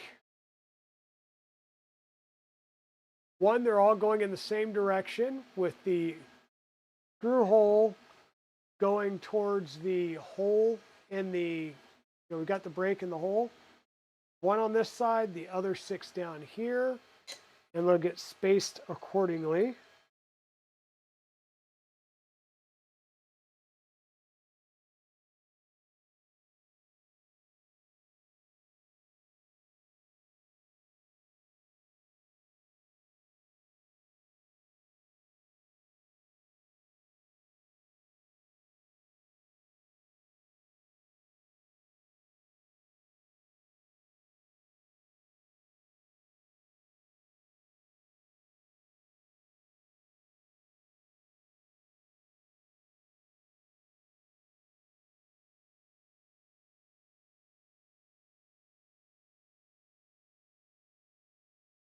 And once again, we'll figure out the actual spacing here in a minute.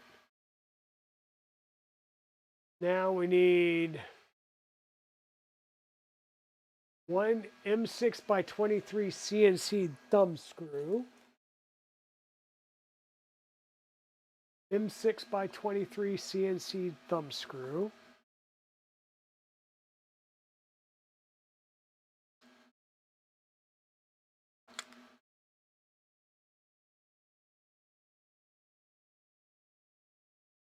Linear rail and M3 by 8 socket head cap screws.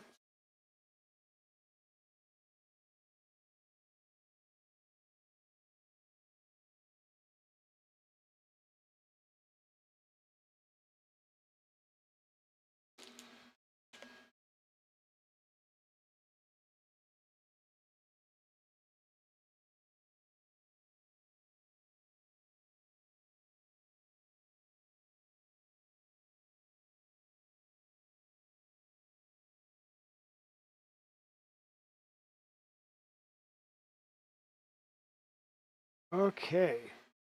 We're also going to need one of our linear rails. So go to the linear rail kit. And are all of these the same or are they different? Calls for a big long number. SLR W9C 1R. Doesn't look like it's that one.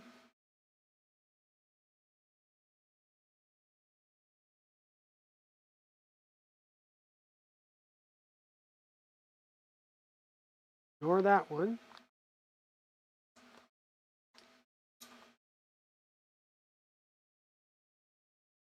Three different rail tools.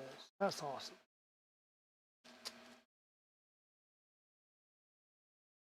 SLR 9C 227D1. Oh, maybe it was that first one. 257Z1. Yep, there we go. It's this one. It's the big boy. Means we'll be using our big carriage helper. And Nomad or anybody else that's on here that's done this build, are these coming lubricated, or do we need to lubricate our rails and balls? If we need to lubricate, I've got gloves. We can lube her up.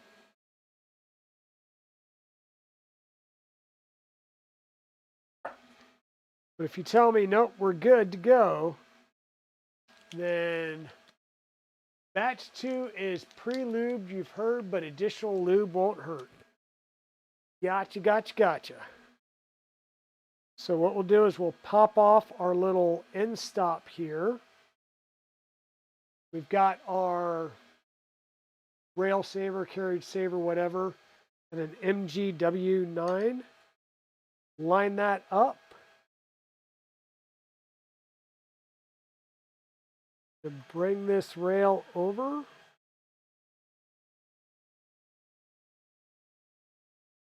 That will give us the ability to look at these a little bit easier.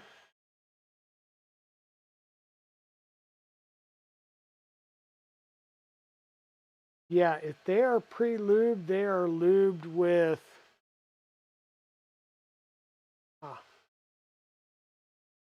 not much. I am seeing, I'm not sure if it'll show up on the camera. There we go. I am seeing a little bit of lube showing up. But looking at the balls, it does not look like they do have injection holes. Okay.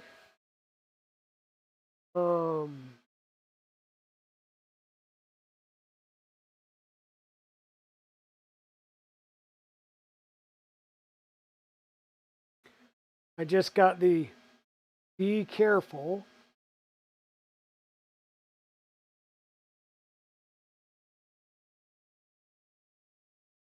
So I'm assuming that the center holes on each end are the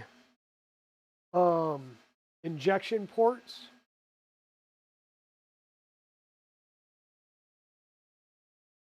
You recommend an oil lube versus like Mobile X EP2 grease?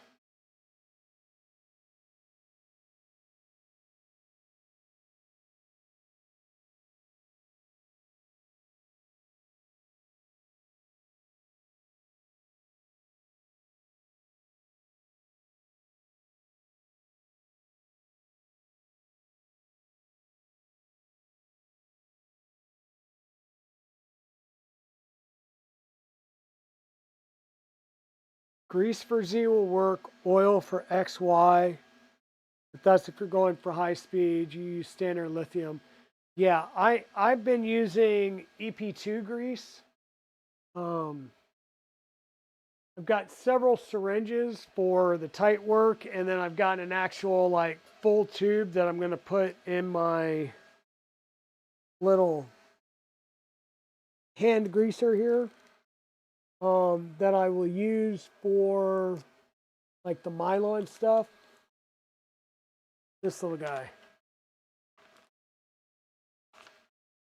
We'll use this on bigger things like the Milo and the rat rig mill that I'm going to be part of the open beta for. So let me finish this and grab the next cut.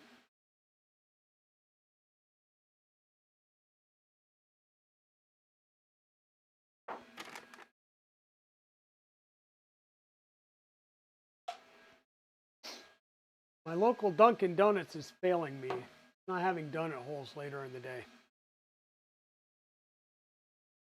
This is Dunkin' coffee though. Yeah, so the nice thing I like about this is it allows me to kind of squirt um right at the balls and the tracks so that I can make sure and get the balls and the tracks really lubed and get the EP2 grease down in there.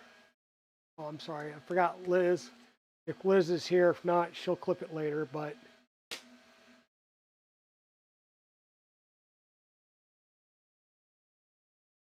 pull this back some, about halfway. Squirt grease right into the ball bearings and the actual rail itself.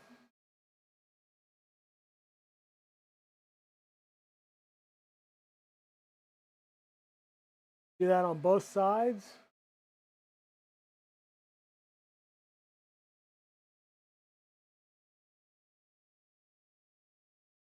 We're going to take our finger and we're going to just squish that in.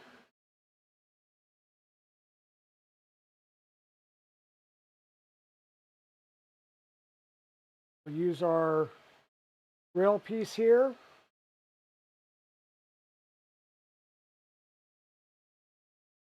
We're going to scoot it off the other side now. Do the same thing on the back side.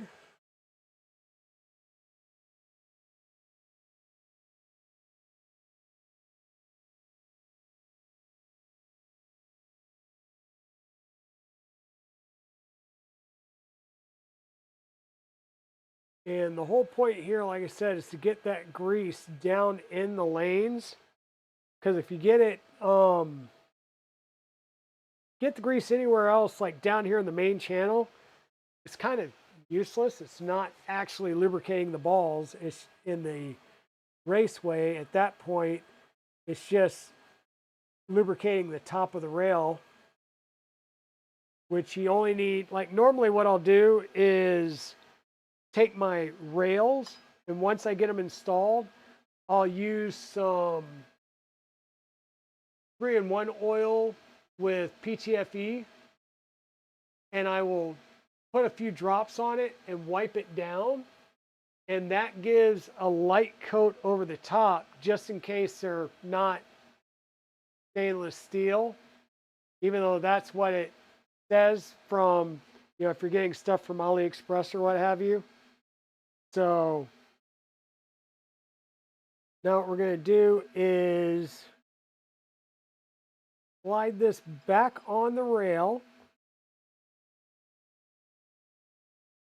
taking our time.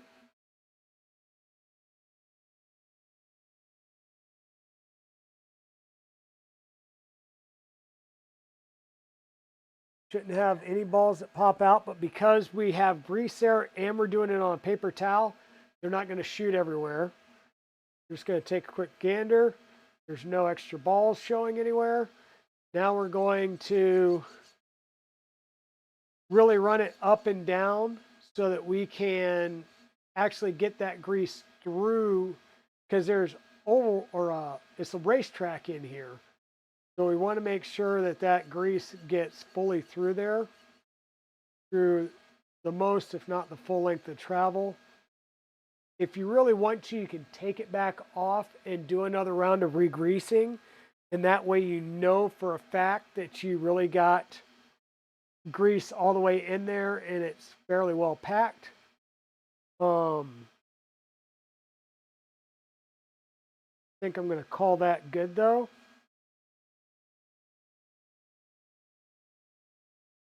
Pull this off and try and save it for use on the next ones, because there's going to be a couple more rails in there that we'll have to work on. Set that aside. And I do try and, like I said, just get some of the excess grease that gets out on the side of the truck, just because it's superfluous and all you're going to do is get grease over everything else. And oh, by the way, things like ABS and stuff may not really like grease. So you want the grease around the balls, in the channels in the carriage, and down in that groove. Anywhere else, it's just collecting dust and getting debris everywhere. So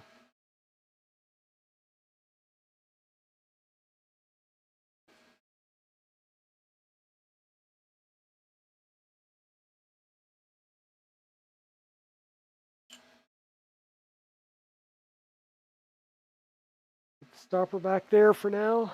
Put the linear rail on top of the extrusion and align the preloaded nuts with the holes of the linear rail. The kit comes with greased rails for batch 2. There we go. I had read the RTFM. If you find your rails are not greased, remember to grease the linear rails beforehand. Yep. And like I said, eventually you'll see me using the hand thing with some mobile grease. Oh no, mobile grease, Mobilux EP2. Kind of been the go-to for quite a while.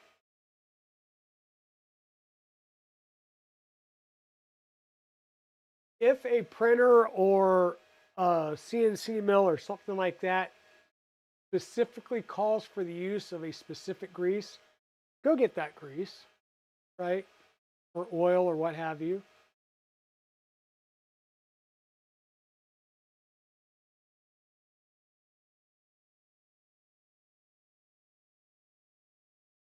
There should be no screws in the first and last hole of the linear rail. Good to know, which means we're going to take our stoppers and move them to the first and last hole. I'm going to just set this to the side here and kind of line up my peanuts here.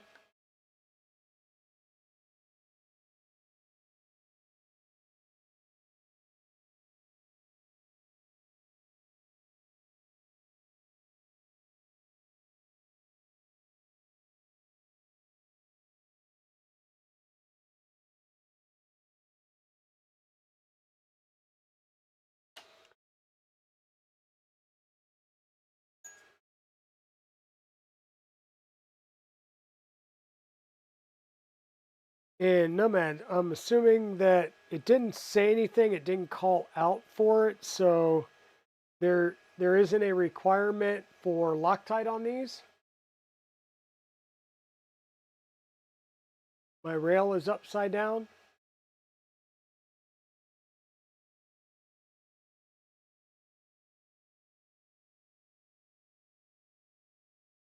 How is my rail upside down?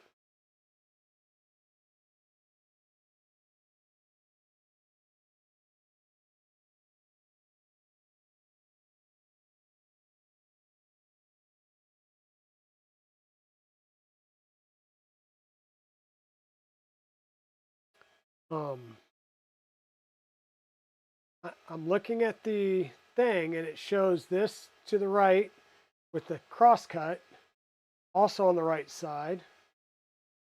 Can't really go into it this way.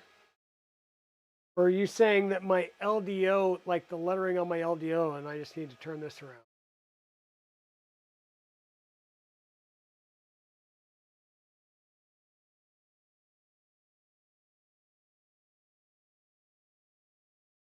Are you messing with me, Nomad? What are you doing to me? Oh, wait a minute. I get it. Yeah. Holes are offset. This one, you're right. So my rail was 180 degrees. There we go. Now I'm going to put this on here. We'll get it lined up, get our screws going. Now, see, RTFM, look at the big thing. The hole closest to the cut goes the top first, see? And once again, I'm not used to having the offset cut. Pay attention. That would have been a gotcha that would have required us to reprint or take things apart and rebuild them. So once again, should we or should we not be using Loctite on these?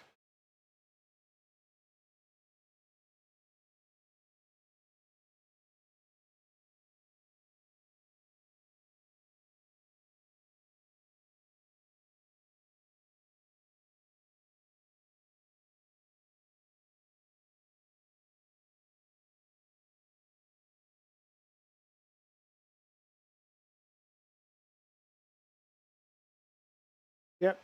Hangs over, doesn't go into the T-nut. I got you. That's why I put the stoppers at the very end.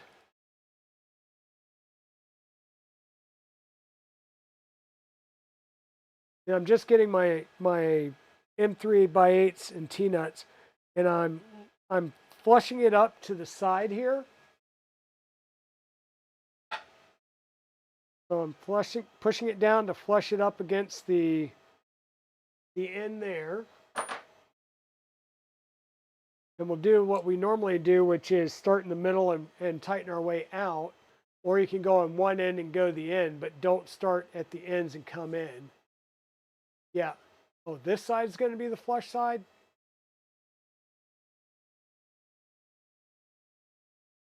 I'll figure it out here in a minute. The top hangs off. Well, which one's the top? Which one's the bottom? You keep saying top and bottom. It's a rail, left or right. Give me. Yeah. I'm teasing. We'll get there. Hold on. There should be no screws in the first or last hole of the linear rail. Insert the M6 by 23 thumb screw, and it's going to go through the hole and through this rail. So that's why this will get lined up to the edge. Uh-oh, Polymaker rated in with 57 viewers. What the hey? What the hey? So this is flushy. We still need to use our alignment blocks to get side-to-side alignment on the 10 by 30 frame rail here. That gets us side-to-side alignment. We're flush up against the 1, 2, 3 block. We just popped our piece out here. All these are slightly loose at the moment. We're going to insert the M6 by 23 thumb screw in the first hole, this one, that has been drilled out purposely so that this will go through like that. Now it says tighten all the screws. Remember to tighten the screws from the middle outwards. Well, but now it's at an angle. Like I'd really prefer, now that that's lined up, put this down in from the top to hold it in place. But I really want this on the bottom as I'm tightening up so I don't build a warp in it. Hey, Karen Chow, how's it going? How's it going? Shirtle, Sebastian. Let me take a look at who all just popped in here. Vixky, welcome on in. The fat thumb screw is aligned with one of the holes. Yes, it is. Our left or your left. Yes. Yes. We'll just say that. Yes. Polymaker 3D, Nicor, thank you so much for rating in with Party of 57. Let me jump over here to the main view so you get to see my loving face. I saw you at the show. I don't think I ever said hi to you just because the few times I saw you, we were like, ah! So welcome on in, Tim Talon. Welcome in. Sebastian, welcome in. Shirtle. I didn't get one of your coins. I really want one of those coins that you laser etched. Shenanigans, welcome in. Karen Chow, how's it going? Hez Liz. Liz, Mrs. Dragon swears up and down that she got, I believe, yours and K2 Kevin's coins. We cannot find them. We still have like one tub to go through, and we're gonna have to like open every box to see if we can find it. If not, I may want to see if there's a way we can get a couple of things mailed around or something. Am I the only maker without 1, 2, 3 blocks? Oh, I have a set of 1, 2, 3 blocks that I purchased, and then I got another set that came with the Milo. That whole box of stuff that's Milo related is getting ready to go out to the shed with the Milo. But yeah, you probably are the only maker without a 1, 2, 3 block. Caudell, welcome in. Da Vinci, welcome in. Yep, Liz, hearts, hearts, hearts. Zizzo, welcome on in. Hey, how's it going? Druid, what's up? CGS Creation, what's going on? Welcome in. Also, I need to get that logo so I can make you a custom light box. We can do that. We can do that.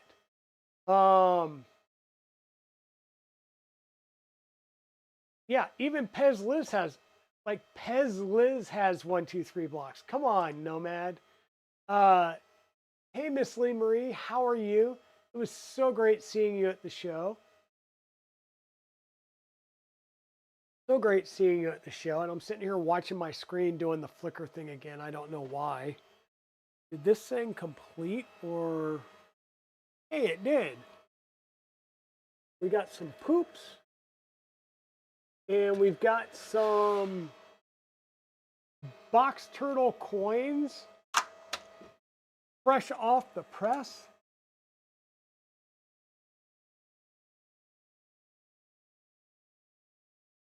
So, ooh. That one, for whatever reason, has a little bit of a hiccup in it. That goes in the bin. But the rest, there's the little box turtle coins. I think it was Armored Turtle that brought some up, and this will be for the Armored Turtle Discord. You want to grab that. If not, I'm sure somebody in here may be part of the Armored Turtle Discord and can throw the link out there.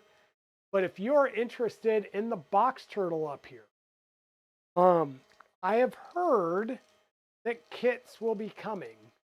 In fact, I believe there will be some kits, some initial like bomb in a box kits available from Isix Tech. And by the way, I am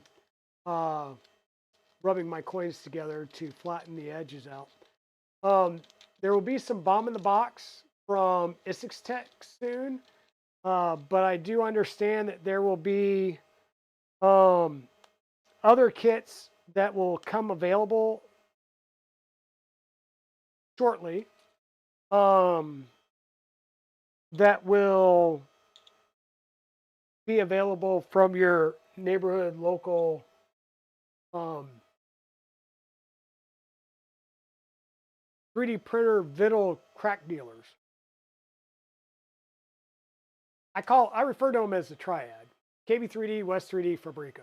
They're kind of like the 3D printing triad. Hey, Outer's Danger Den, welcome in. Yep.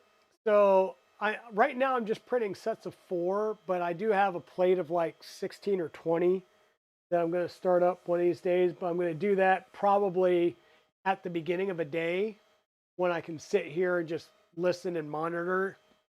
Hey, Glendon, welcome on in. Welcome on in. So, yep. Hey, K2 Kevin, how's it going? Yeah, we got to hang out a little bit.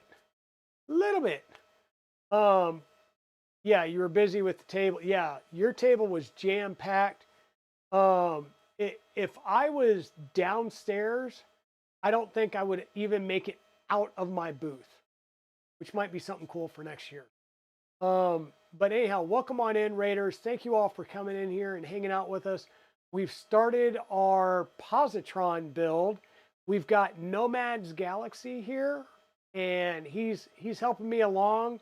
Him and a couple others are trying to tell me when I'm like being stupid in RTFM, even though I've got the manual right here, and it's killing me because it'll probably not do it now that I made a comment, but keep an eye on it. this left screen that has my manual up is going to keep flashing. It's going to drive me nuts. And now that I set it and I got the camera on, it won't do it. There it is. See? Yeah, you're biting my ear off. He's trying to make sure that I build it right is what it is. Hey, Dark Golem, how's it going? I just realized that I need to fix that.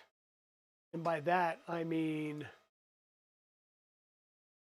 my background lights are not doing the thing, and my logo back there is not doing the right thing. There we go. See, now we got color. We like color. I mean, orange is good. We like color. So there we go. Okay, so we've got this. We've got the 623. Now it tells us to tighten down the screws. I do want it. I've got it lined up with the screw, but I'm going to pull it out and keep it down on the bench because I want to make sure that this 10 by 30 is flat as I'm tightening it down because I don't want to induce any type of bow. And if this is sitting underneath it, it's going to be at an angle as I'm tightening it down, right?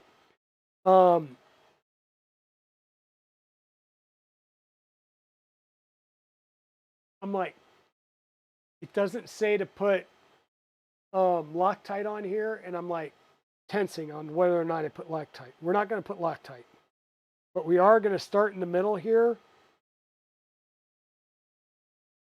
and work our way out, tightening this down. Once again, your option is start in the middle and work your way slowly to the outside, or start at one side and go all the way to the other without skipping any screws. Because if you do, you tighten this one down, you tighten this one down or something, and then you go to tighten these down, you've now induced a bow ever so slightly, but there will be a bow in your rail.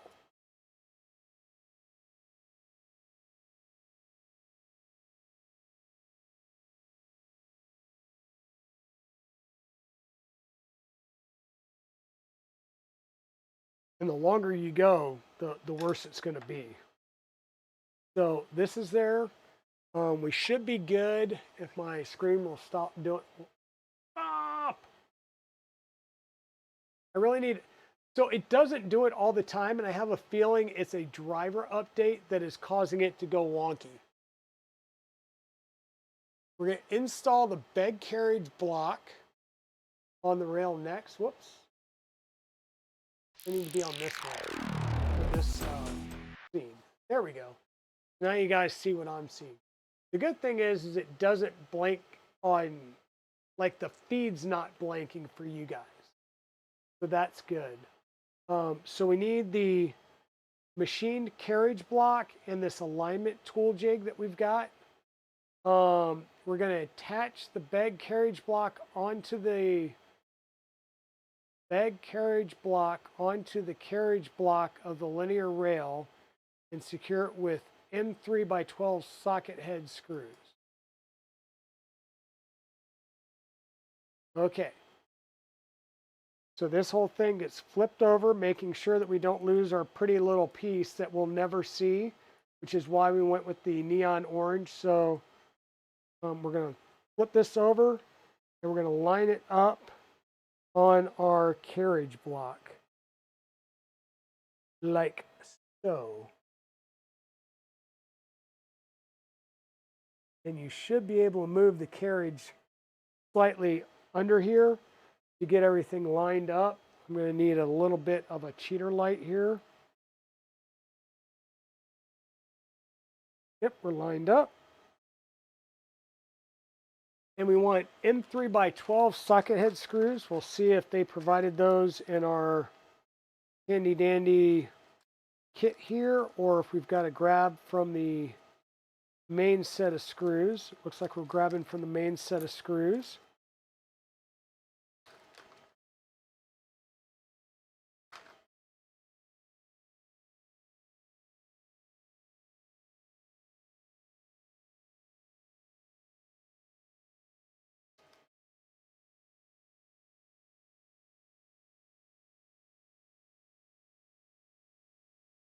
We're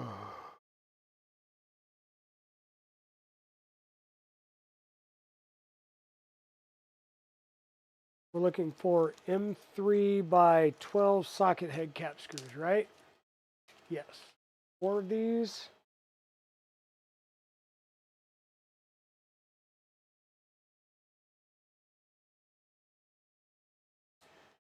Yeah, so how'd everybody, like, for those of you that were at 3D Printopia, how is your, what is your takeaway from the event? This is flush, this is hanging off, that would line there, this is going here. I'm just making sure that I'm putting this in right based on the image, and this is tracking with the image that we've got there. So that's good. M3 by 12s go on here. And I am going to put just a tad bit of Loctite on these threads. Doesn't have to be much, just a tiny bit right at the very tip. Because when you're going into these blocks, you're not going in very, it's just a few threads.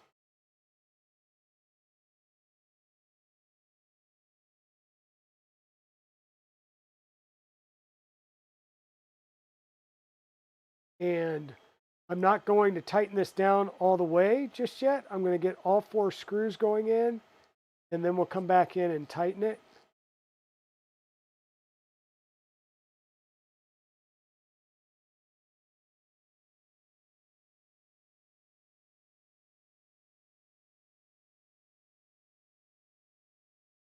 You just need to start wearing your running shoes. Yeah, those heels were crazy.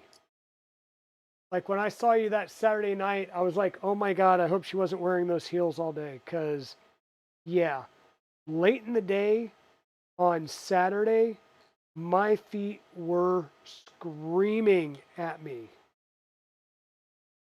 That my lower back, my lower back and the sides of my back started like cramping up on me. So yeah, if we had a booth down on the floor like you guys did, we had some anti-fatigue mats that we actually got after Rocky Mountain that we were planning on taking to Murph and then promptly left them at the house. But at 3D Printopia, if you're at a maker table, all right, that seems to have somehow missed. I don't get. I've got 3 in. Why would that one have missed? Dang it. Got like a little gnat or a fruit fly up here.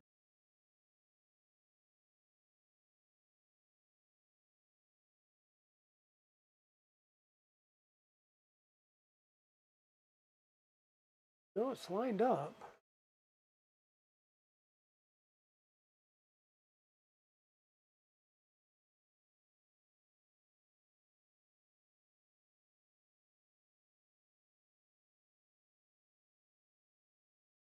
Does one of these not have a thread to it?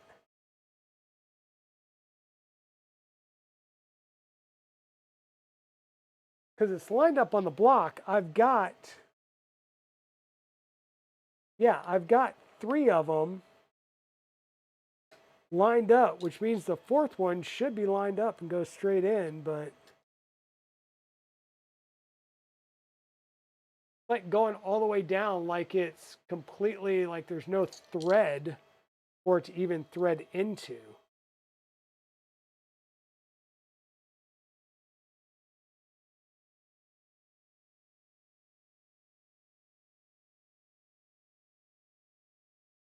Okay, and this alignment block can come off now, right?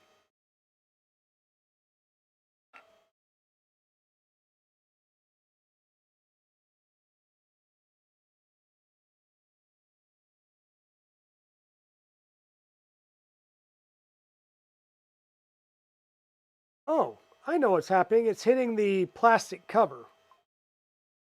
So I believe my plastic cover slipped underneath. That's what the issue is.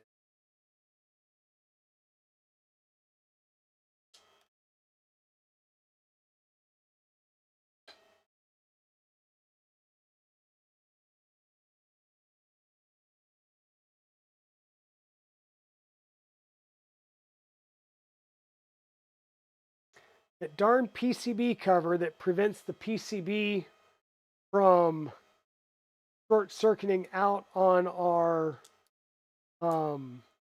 carriage had slipped, and that would be why it said you can put a little bit of tape on it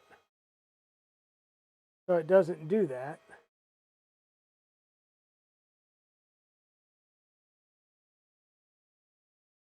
All right, one more time. I'm going to do that. I'm going to use the light real fast to make sure that it did not slip out of the way or into the way. It did not, so we should be good now. Okay. Do this again.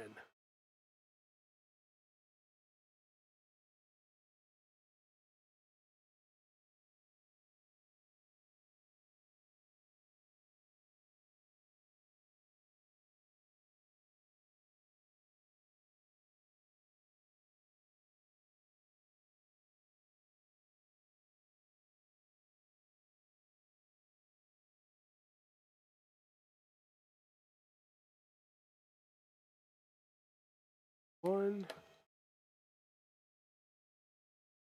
two, three,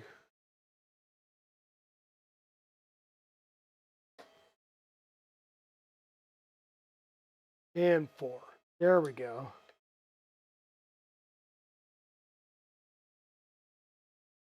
So snug these up, and then once you take your piece off, make sure that it slides nicely. If it's not sliding nicely, then you might have these too tight and you're binding the racetracks on the carriage. That's kind of nice.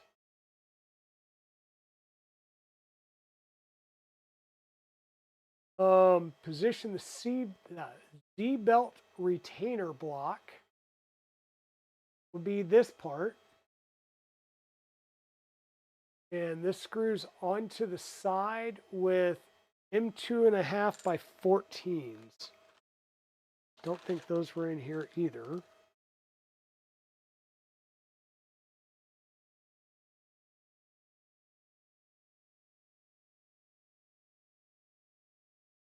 Nope. Okay. So M2.5 by 14.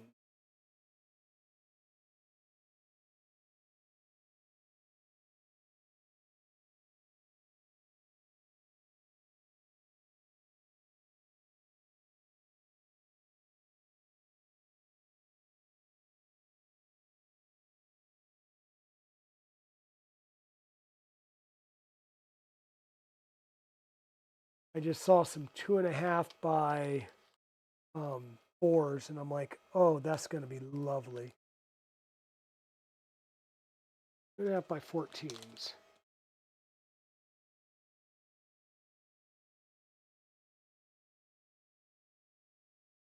Two of those.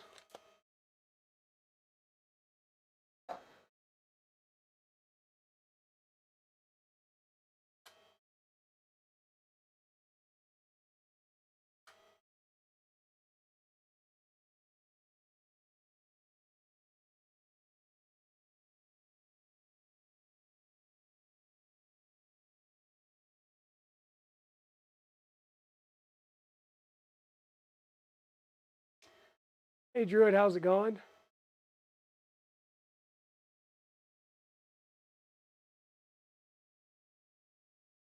Any lube recommended as well? Well, you guys missed the lubing already. We've already lubed the rail, and we did use some of our EP2. We used the EP2 that we got in the syringe, and we used our helper, our carriage helper. to take it off the rail and add some EP2 via the syringe into and packed it into the rail bearings.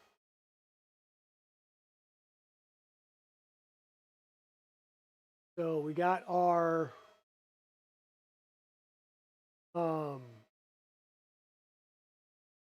Z-belt put on there.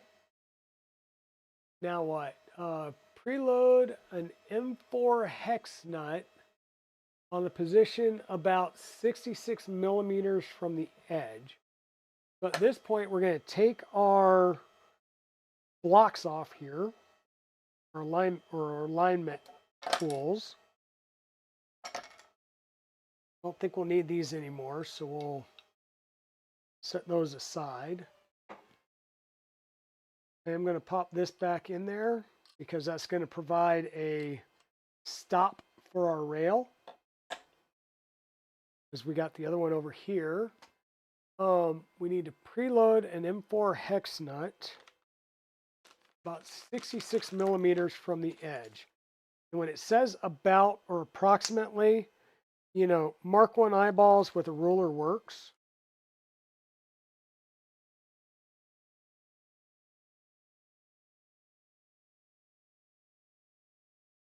Or hex nut.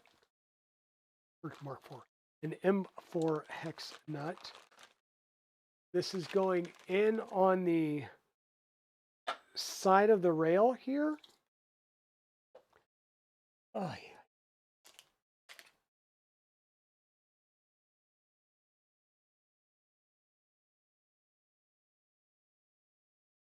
So I can tell you we were lucky. We came home from the show and we didn't have any storm damage. We do live in North Carolina. Most of the damage is further west of us. So we did get lucky.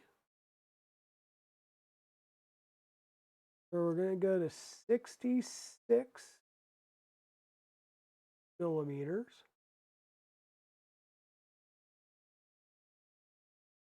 Kind of eyeball the center, and I'm using my finger here to find the edge of the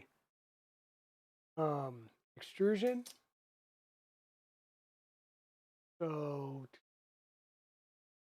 we aligned that to 66 millimeters. We're going to use the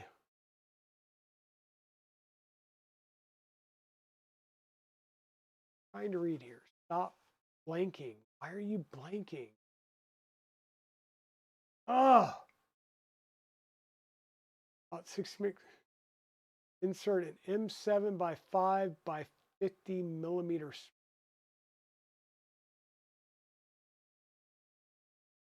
Yeah. I'm putting a spring behind in the channel beside the nut.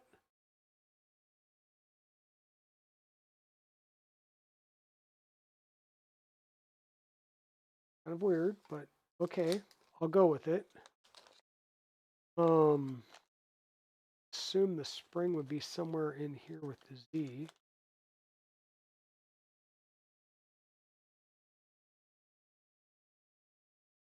No springy, no spring there.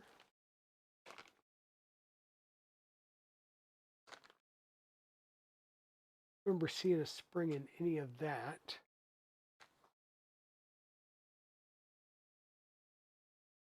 None in there. 07550. So it'd be a longer spring.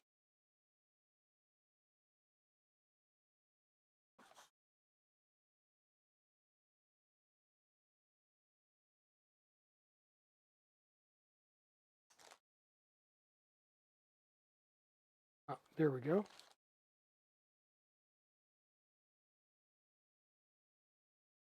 Yes, you'll see why later. Okay, I'm just making sure that I'm understanding. It would, and the easy thing to do is just say, hey, click on the bigger picture. And then it kicks you completely out because that was, anyhow, the bigger picture, making this bigger would have helped. But So a spring is going to slide in here and just nudge that screw. Okay. Now we're going to take the Z piece and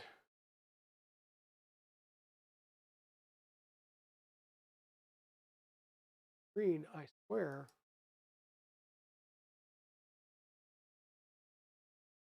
So one of these is using HDMI and one is using DisplayPort, and whichever one this left screen is on is the one that's giving me fits. And it's really, really annoying. And like I said, I'm pretty sure it's a driver issue with Windows. Hey, Bexy Beans, thank you for the 6-month subscribe. Holy cow. Best half a year ever? Yes. Yes. Okay, so spring, align the M4 hex nut. I can in the hole of the printed Z idler latch secure with an M4 by 10 button head screw. And the screw that was over here was an M4, but it wasn't an M4 by 10, I don't.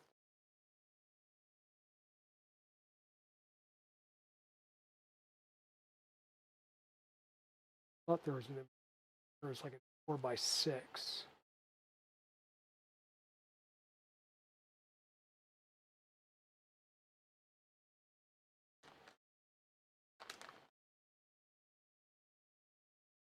It was an M4 by 6. So let me go find an M4 by 10.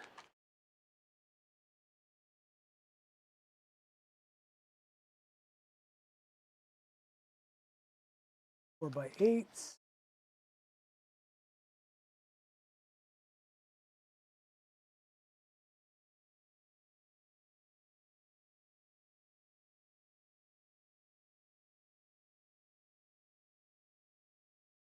M4 by 10.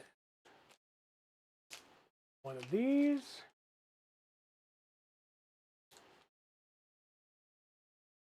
It's going to go through here.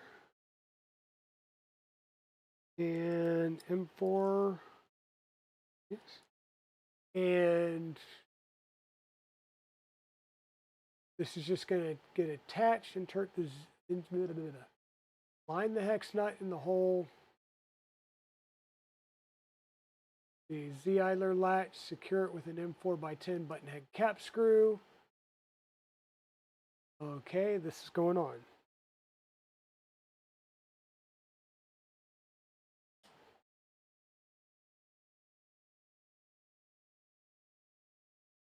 Okay, so that's in there and that is secure. Now we're going to take our idler and insert it into the extrusion. And it's got the extrusion cutout right there. So this is just going to go in.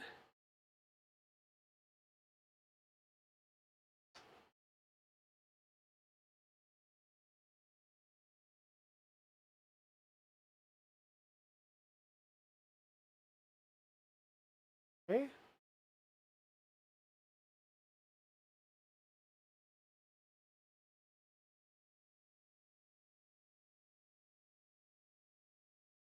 So is there anything holding it at the other end? Oh yes, I guess there is. As I was scrolling, I skipped something. Okay, position the stopper to the linear rail and secure with an M3 by 12 screw. So we need an M3 by 12 socket head.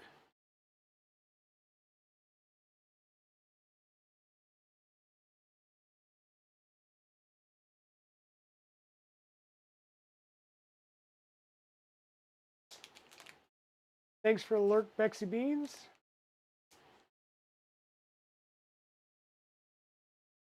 So this piece goes through this piece, and we're coming down through that spare hole that we had, and it's going to go through the linear rail, through the 1030, through this piece, and into the heat set insert.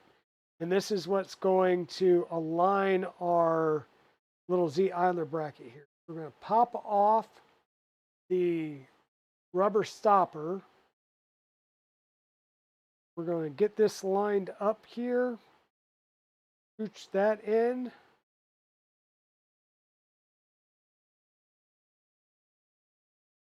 Kind of squish everything in there.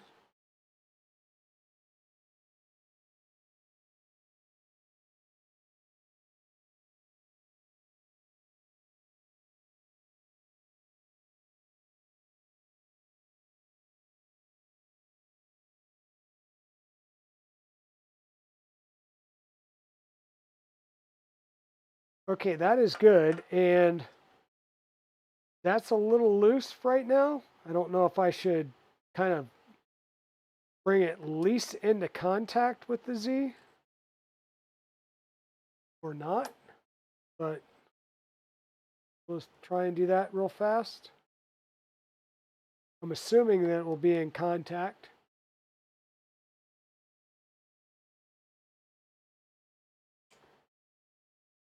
Because that's what that little ball is going to do.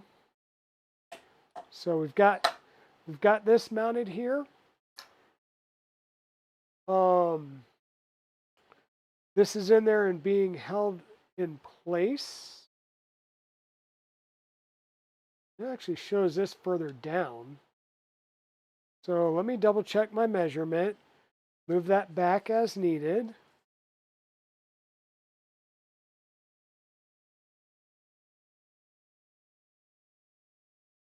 Or not.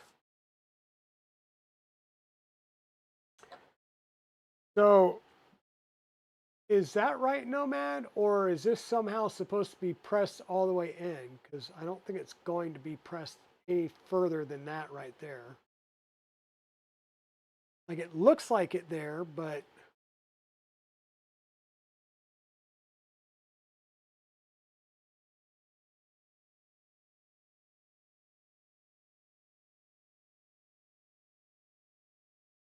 I look good right now? Thank you.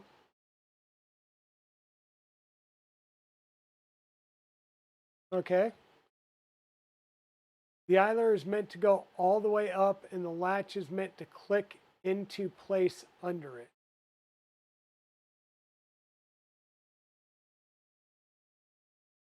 Okay, I'm just looking at the diagram here, and that's why I was semi-questioning it, is it looks like the idler is further in, but I'm sure we can adjust and figure that out a little bit more. Swing the arm out and you'll see how it works. Yeah, so the spring goes in. Okay, so the spring is providing the tension that will provide tension to the belt. And the arm comes down and basically locks it in place. So belt on, be able to push it in, let it come out, and that'll lock it in place. See? Who says that I can't figure things out without RTFMing? Anyhow, so we need to preload a couple more nuts and I'll be able to tell you. So, damn it, screen, what is your malfunction?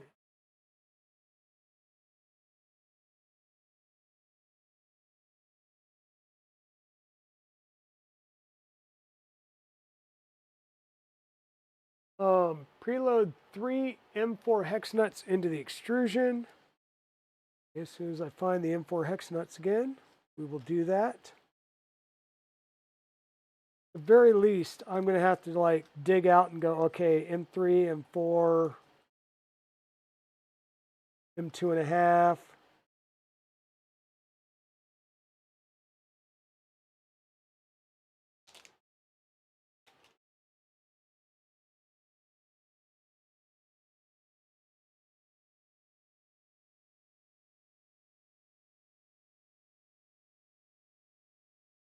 All right, so we're bringing 3 in from the opposite side. This would be the side with the big screw on it. So there's 1, 2, 3.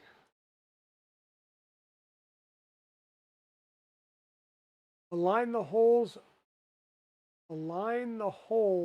of the right Z joint plate with preloaded hex nuts and secure with M4x10 button head screws. Okay. That would be this plate.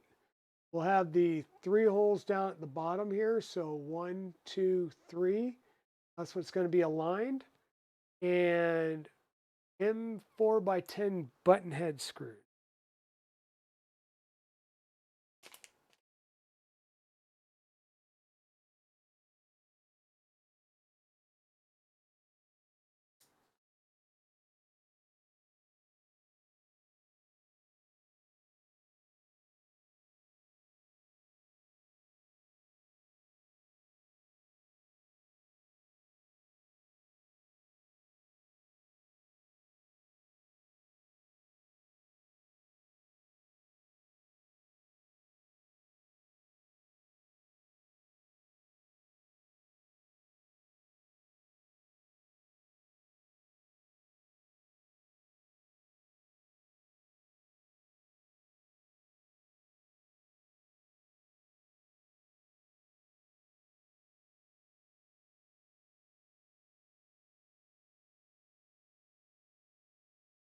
And this is aligned from the looks of it to the end of the extrusion.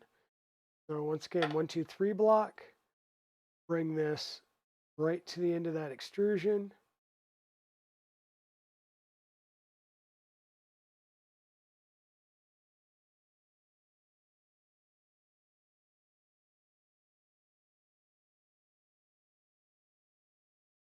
Tighten those 3 up.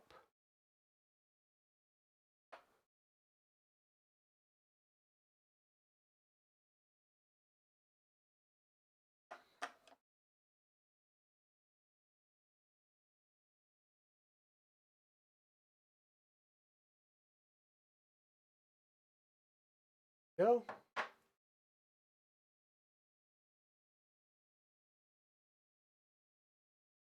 Pressure allows the Z-axis to. Gotcha. Okay, so this is where we're at. We've got our Z pulley on this side. We've got the fixed 90-degree on this side with our M6 through hole nut here. And the bed cable guide. That was printed part, right? The printed bed cable guide.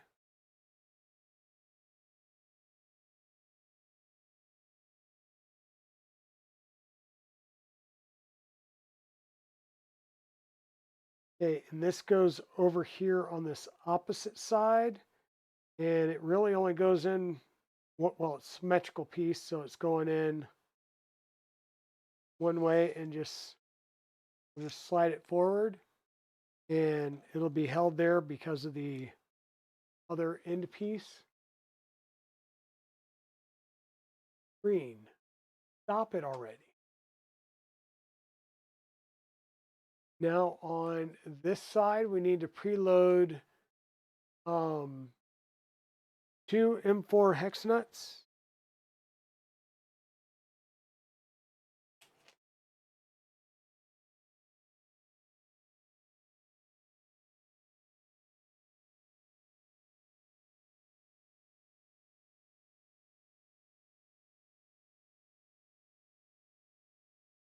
And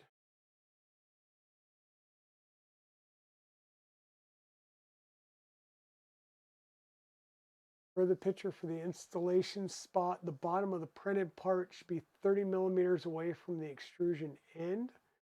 Secure the extruder to the extrusion using M4x10 screws. So we're going to install our extruder. Okay, so we're going to start by grabbing our extruder piece.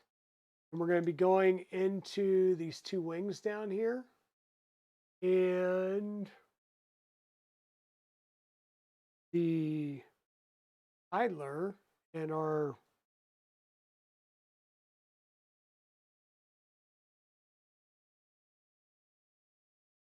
mounts like this. So I'm going to kind of do like what I did before. Grab the M4x10s. How did I put the 4x10? Ready, two of these.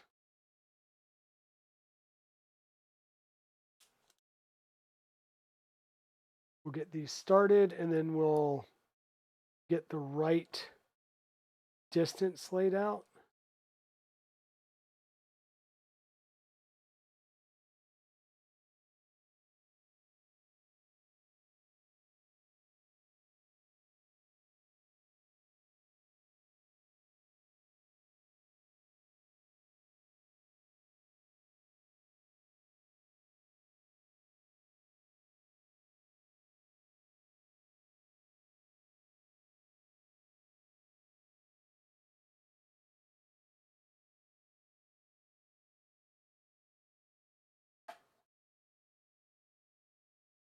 Okay.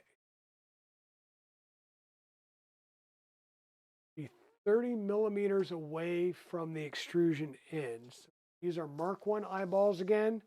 We're just going to use our ruler.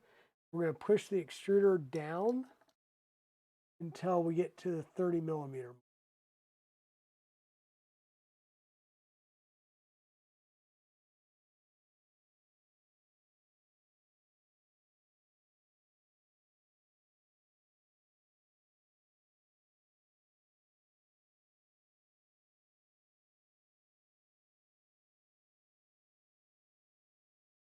Mark 1 eyeball says right there.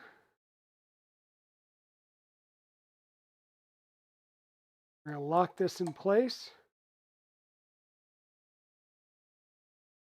And so now we've got our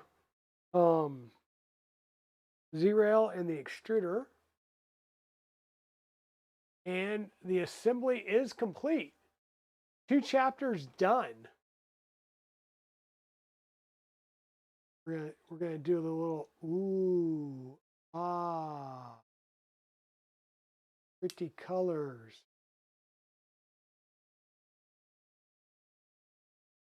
So this assembly is now done. We'll set that right over there.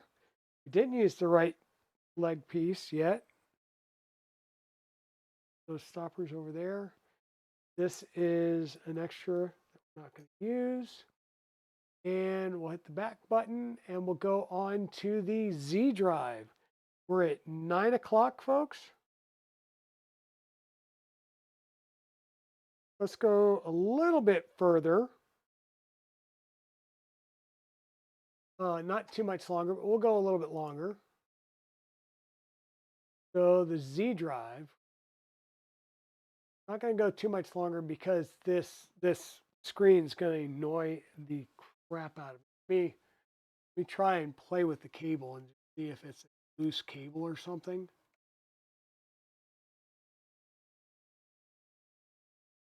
Cable's good.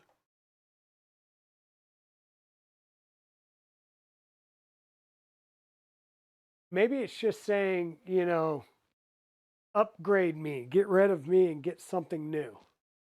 Maybe that's what it's do. Okay, printed parts. We need the Z drive main body. This is the thing that kind of looks like it's a, I don't know, like a vent or something. So this is the main body. Remove the printed supports. Oh, not off of this. What we got here? We got this piece, which yes, there's a printed support here and a printed support in this area. I did remove those already. And we did go through and put in all the associated heat set inserts into this off stream. The Z drive outer housing and the Z motor bracket. These are the 3 pieces we're going to be working on right now. Preparation of the printed parts. Once again, I did all the heat set inserts on here. M3, 4, 5. M2.5 by 3 by 4.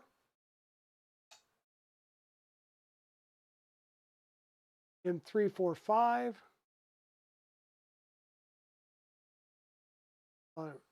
No, maybe not. M345. And then M345. So we got all those done off stream just to make stream go a little bit easier. And then this is the complexity. So this is going to be where we're going to be using the other set of planetary gears and so forth. But that's the exploded view of what we're going to be putting together here real fast. It should go pretty fast. So we're going to pop the rest of these parts out because I'm pretty sure we're going to use all of these. We've got the MF148ZZ bearing. So this is a flanged 14 by 8 millimeter bearing. So 8 millimeter inside, 14 on the exterior race with a flange. And this gets pushed down with the flange side to the inside of the part. That should just line up and snap in there just like that. Okay. Now we're going to insert the planetary gear shaft.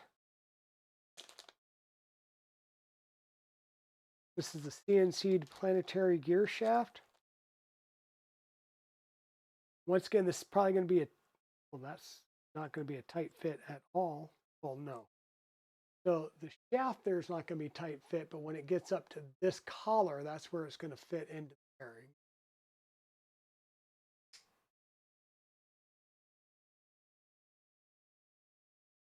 Okay. Now we're going to put the MR88 or MR85 bearings here, which there should be 3 of those.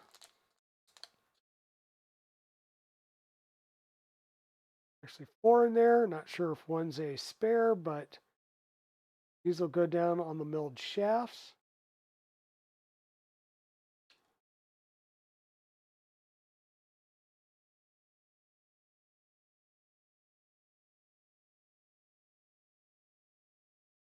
Okay. Got our 3 MR88 bearings there, MR85 bearings. And then we're going to add the planetary gear onto each one. This will be our plastic gears. We're now going to go over that. There is a side with a little recess to it. That's the side that's going to go on top of the bearing. There's 1, 2, and 3. There's our planetary gearbox.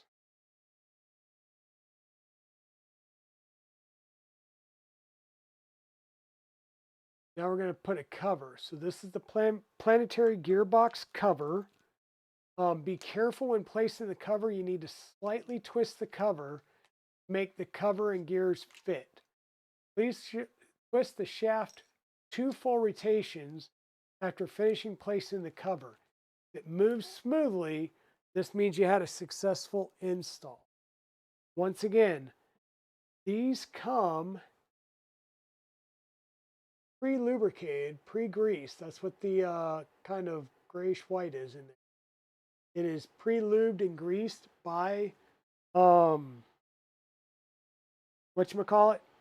And so we need to make sure that the teeth on this outer ring mesh with the teeth here. So we're going to have to kind of set this on here or drop it. Hold it. Drop it a second time. Make sure we don't have any carpet fur in there. Nope.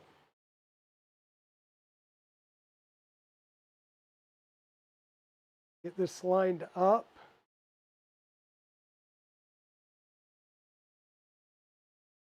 Okay, so we've got it popped on there. And it says now to do 2 full turns make sure that everything is fully seated and working. So everything seems to be working. All three of the gears are pushing their way around the inside. See if I can get a good showing here.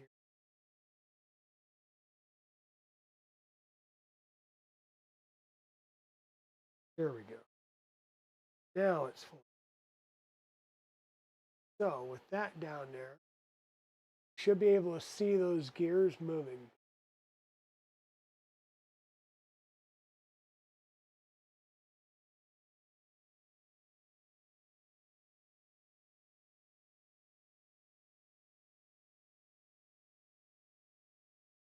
So there we go. We're turning good. And so the motor gear is going to sit in the middle and turn all three of these at the same time around the outer. And that's what's giving us our gear reduction to give more torque. And now we need to add the Z motor. The Z motor is going to be in the motors box, of course.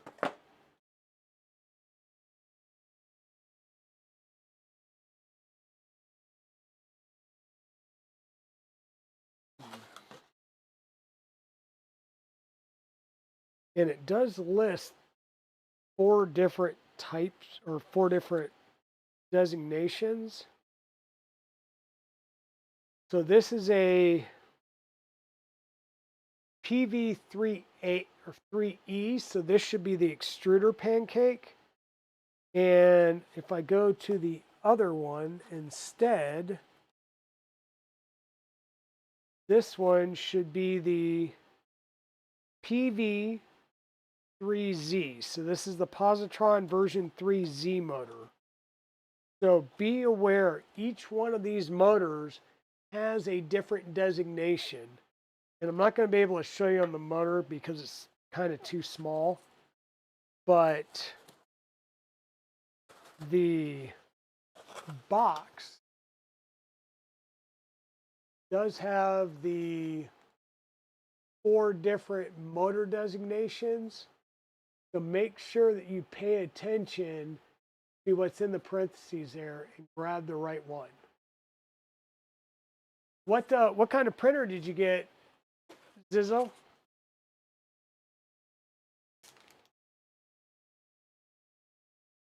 And also you've got your little cable designators. Might be a good idea to go ahead and throw that on that motor now. A, B, E, and Z. So we're going to grab the Z one because this is a Z motor.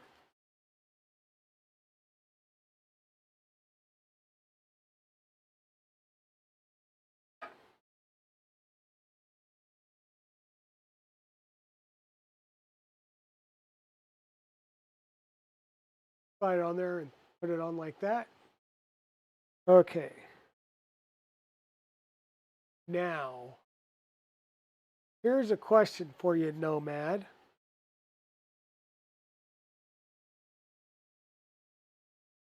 It's looking like this.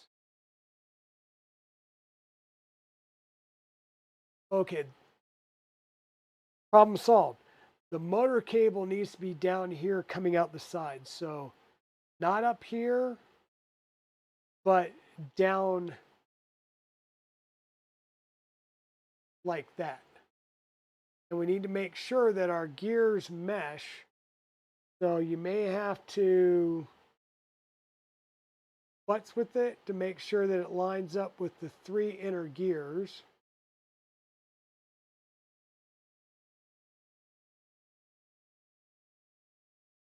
Butts with it. Come on.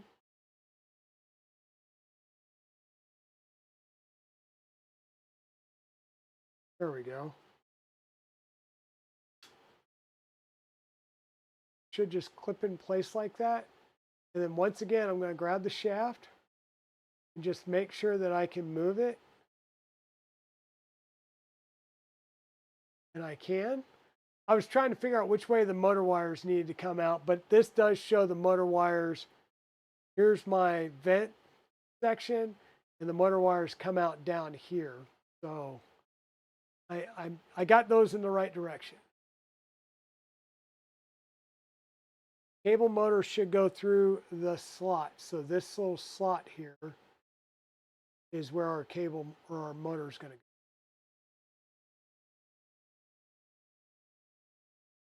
go. And it hasn't told me to secure this yet. So with the motor just sitting on there, we need to secure the pulley. The pulley is a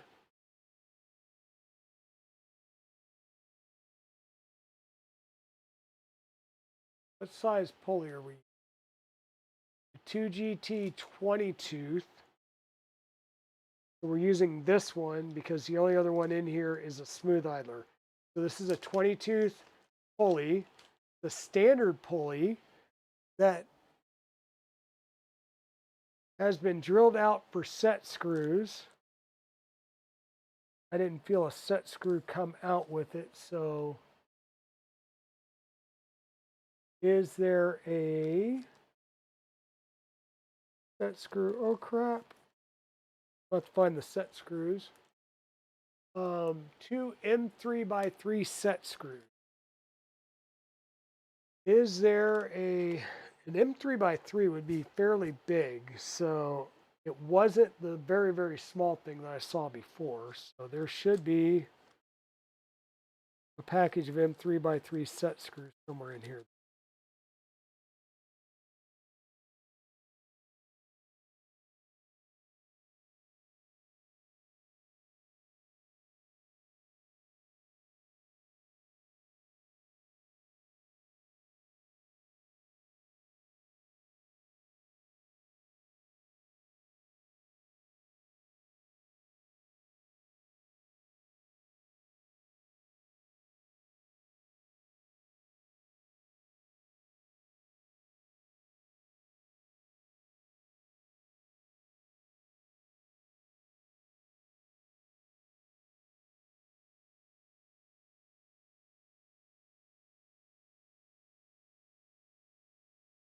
Or maybe not.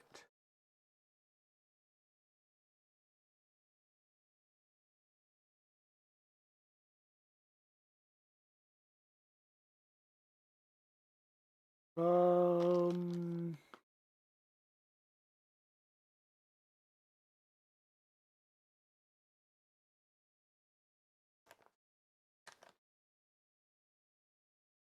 M3x3 set screws, not in the motion box. Maybe still in here. All right, sounds good. We're doing good. We're muddling through.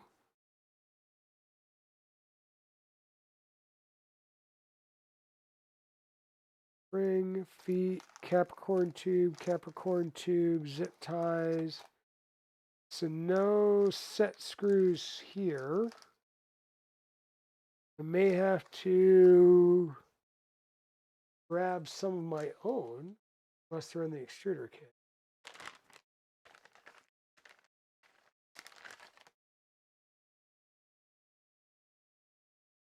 There's an M3x3 set screw, but there's only one.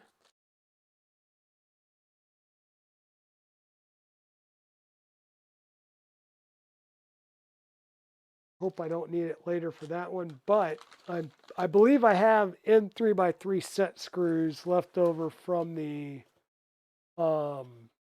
black box build. Or, I don't know. They're probably the same set screws that are in all of these standard gear drives that I can pull one out of. So not the end of the world. It does call for 2 instead of the 1, but we'll go for 1 for right now.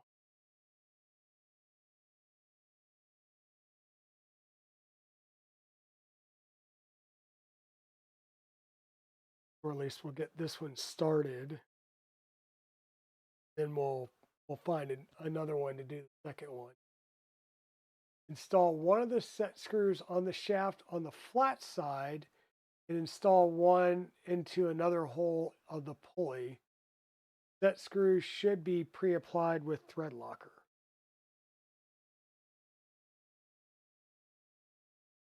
And we want to make sure that there is a slight, want to make sure we're lined up with the gap. And then 2, we want to make sure that there is a slight gap between the printed part and the pulley. Just in the side note, it doesn't say how much of a gap, but we're just looking to make sure that the pulley is not catching on the printed part.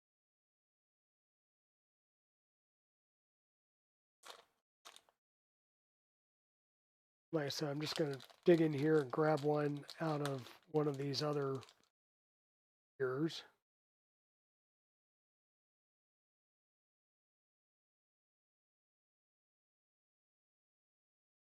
Doesn't have pre-applied Loctite, but we will add some Loctite. That's no big deal.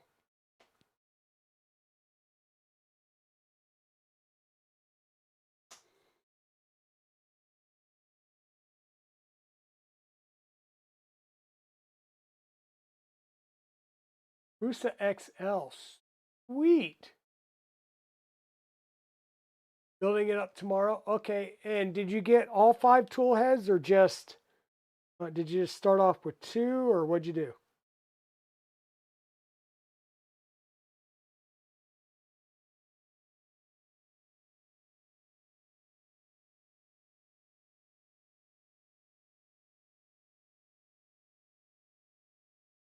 Come on, line up. There we go. Like futz, futz, futz, and then all of a sudden she's like, dunk.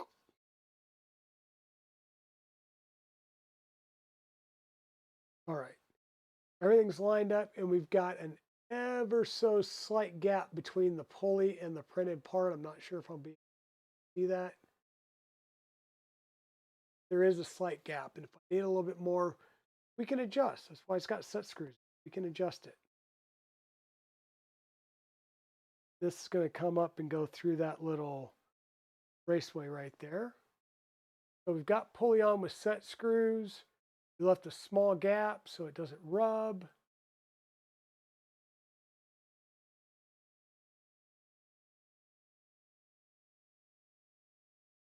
Set screw. And then we're going to add the other M85 MR85ZZ bearing to the end of that shaft. Just like that. Pulley with bearing.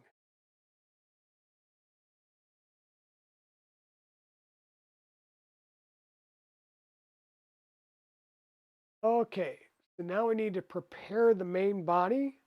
That is this piece. We're going to insert an M3 by 20 button head screw through this hole. So we need an M3 by 20 button head. We're going to thread 2 washers and an idler into the indicated core. Okay, M3 by 20.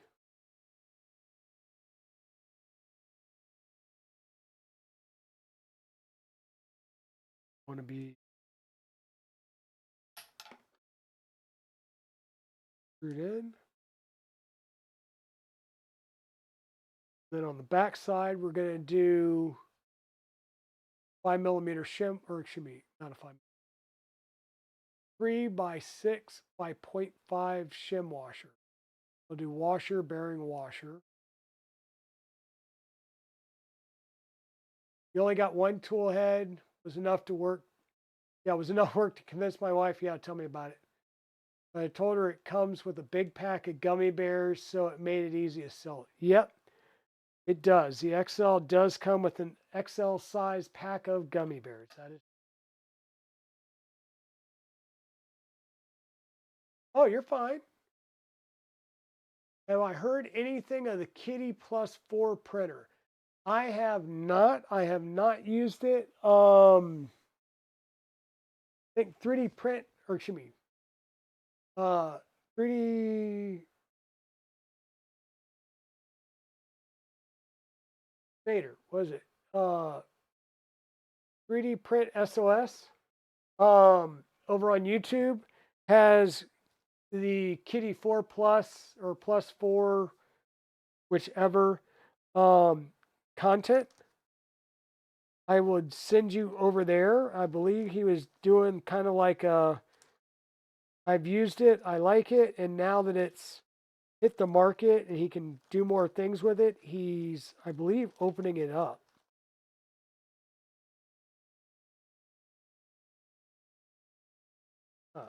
Gem washer. I believe he is opening it up and kind of looking around on the inside of it. Hey, Free Heathen, how's it going? So we're going to take one of these shim washers, put on there. We're going to take our idler, put it on there. And another shim washer. So shim, idler shim. We're on a M3 by 20 button head cap screw. That's kind of what we're looking for. And we need to route the 6mm belt as shown in the pictures. We'll wire the belt to the Z column at a later step. That's 3mm. This is 6mm.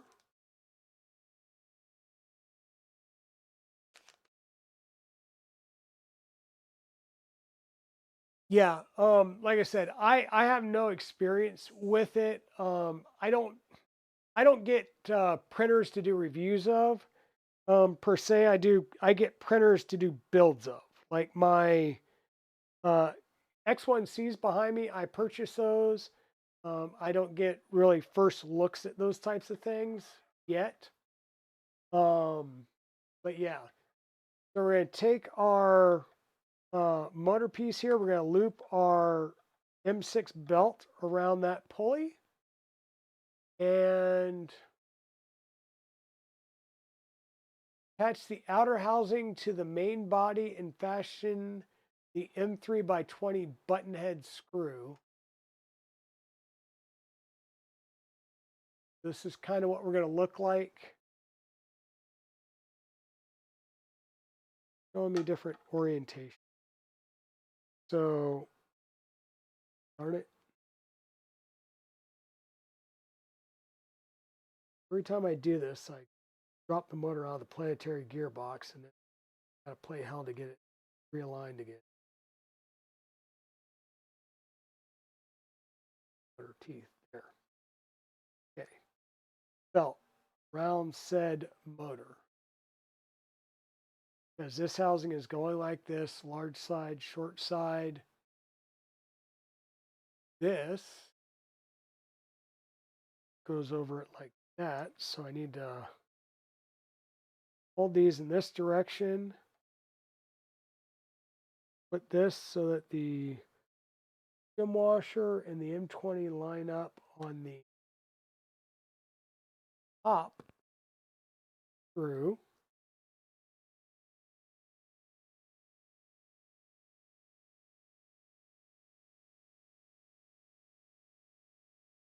Not tightening it down just yet. I just want it to be aligned so I don't drop the washer.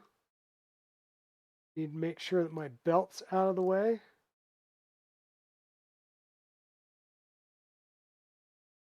Around my pulley.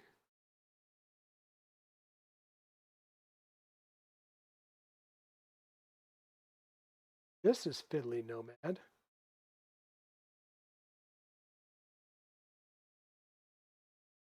Belt. Around pulley. Tighten. Round.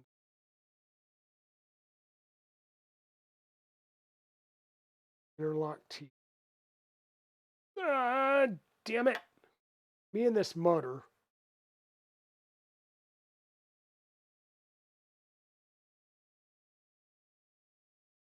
Okay, I see what the problem is. M3 screw that is not loose in the print, so I'm having to basically tighten it through, or I got to screw it in. There we go. I got to be a little bit careful as I'm doing it, making sure my belt stays aligned and tight on that pulley, and that the printed part lines up with the bearing there. And then I can tighten this down.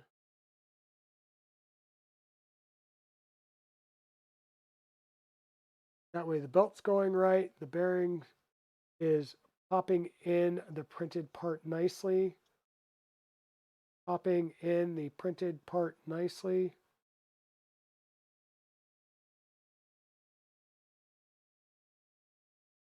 Thank you.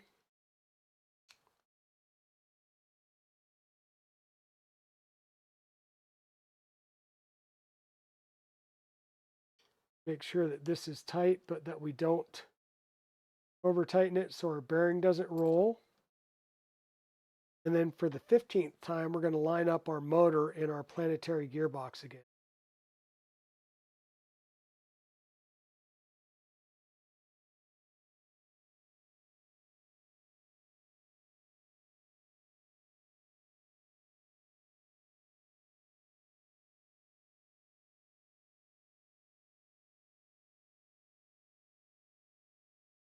Come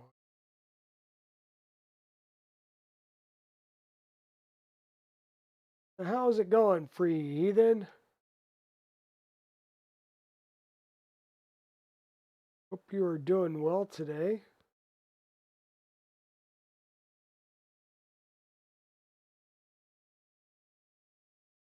I was doing well until I let my motor fall out yet again. There we go. Ah, motor's back on there. Belt is in the appropriate spot. It can pull around the pulley, maybe, which is on a motor, which is now stuck. So you get my point. Attach the outer housing to the main body and fasten the M320 button head cap screw. Yes.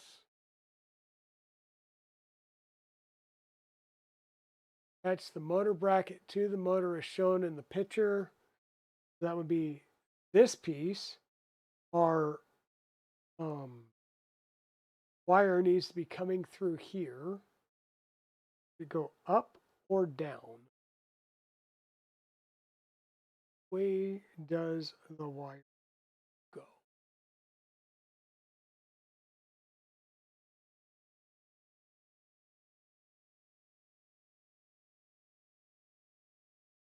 Looking at the motor like this, piece goes like that. Okay.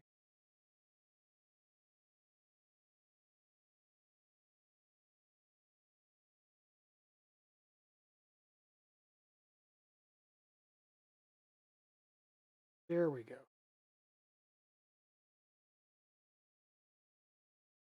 Think, think, up, yes, maybe. Yeah. Okay, good. So we're fiddly fiddly here. We're trying to get our motor wire come up through this groove. Got a little indent here that the motor wire is going to slip into. And there's going to be one long screw that's coming through this one way or the other, I'm assuming.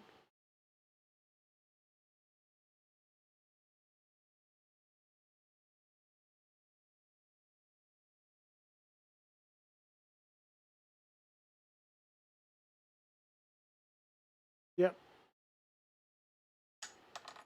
Damn it.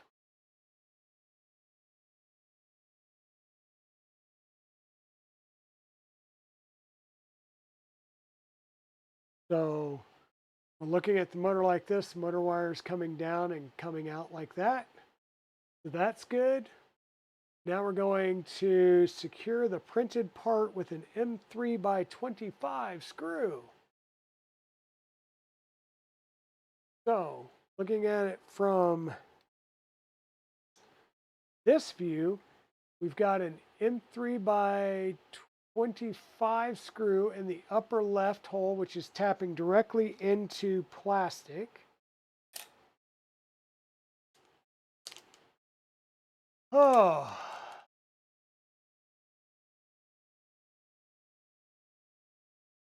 Be able to move the belt fairly easily. Okay. I mean, it's jumping teeth fairly easily.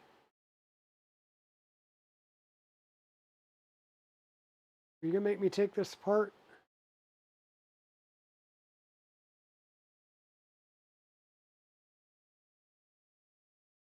Why is that pulley not turning?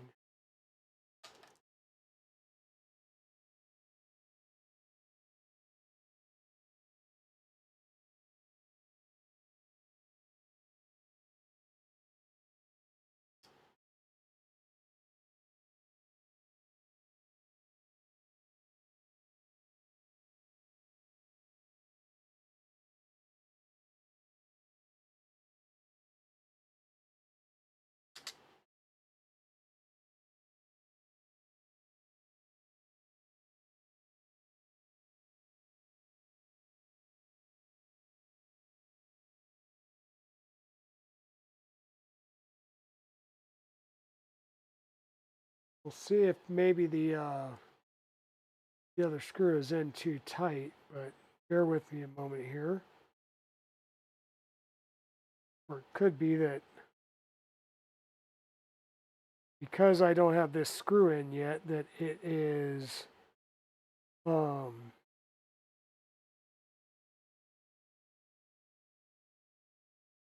potentially the shaft is possibly partly misaligned or something because we only have one screw holding the one side in.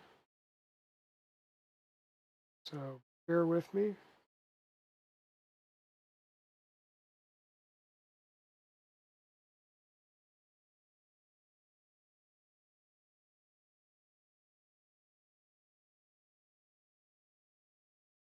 Of course, we go through the motor mount, which is threaded, and then into a printed part, which we're cutting threads into.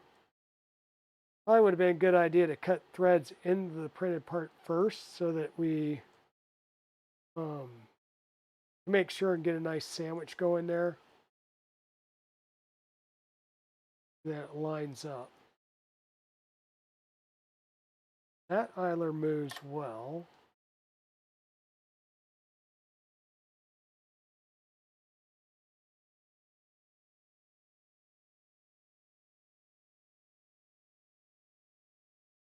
Yeah, so if I make sure and I get good on both sides, yep, it moves. So it was more of a trying to just do it by a finger here and trying to keep it tight. I couldn't keep it too tight. So that's working. So we've got that and that. Down here at the bottom, we're going to need an M3 by 20. Whose brain do you need to pick?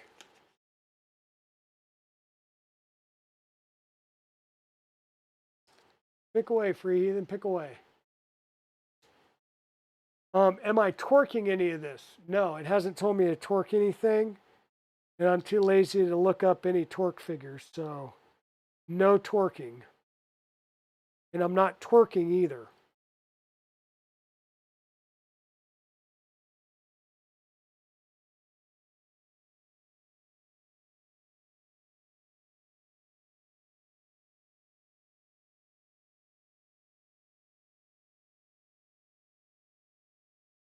Yeah, you don't want to see this body trying to torque.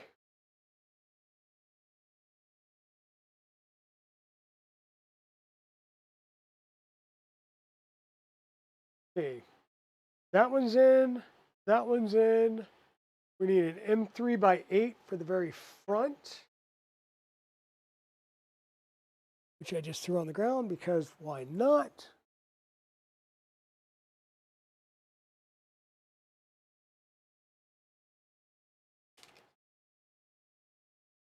You know, I I do. But, you know, back in the day, for me to do that, I needed to be drunk, and I'm not drunk anymore. So, you know,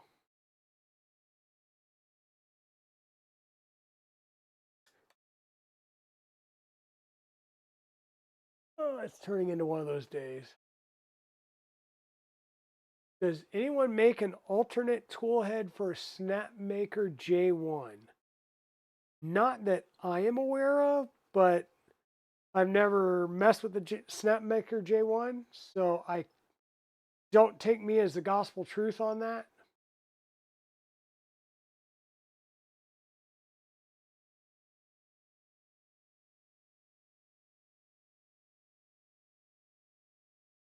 Seems shut. Give me my driver back. There we go. And like I said, if I'm holding the motor like this, holding my belts tight, I am getting rotation in the motor. Whoops. Darn it. Lined up in the motor, no awareness. We're on the pulley. Well, now.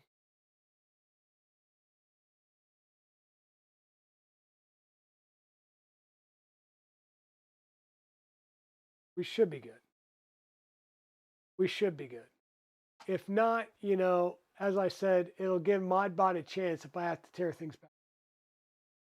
Has anyone released an alt tool head for the A1 or the STL? Um,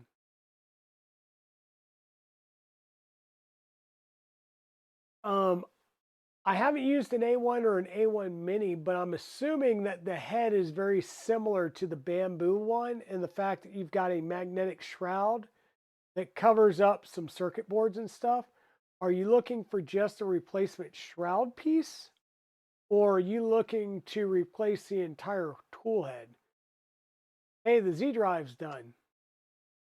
So at this point, I'm going to take these various bits and bobs and stuff, put them over here, because it was all for the Z drive stuff. That's the remainder of the extruder kit. But what we've got so far is that is now 3 sections done. So we started building our extruder, which is now installed. You'll notice that our planetary gears are still just hanging out here, chilling out. We'll finish, I'm assuming, adding this later on. So we've got our gears here. This is the Z-axis. So there we go. This will be the locking lever down at the bottom that will allow us to lock it in place.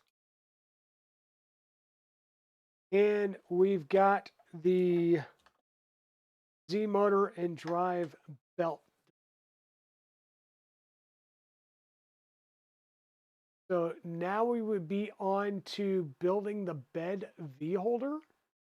Then we'll do the touch panel. Then we'll build the tool head, the spool holders. Then we'll start building the base.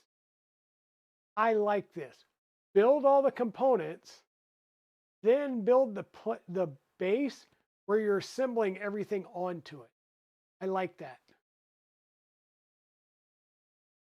You may have over torqued a hole in the head, so you're just trying to plan for the future. Quite honestly, I don't know if anybody has catted it up, Free Heathen. I just really don't. It, oh, this looks like it'll be fairly quick.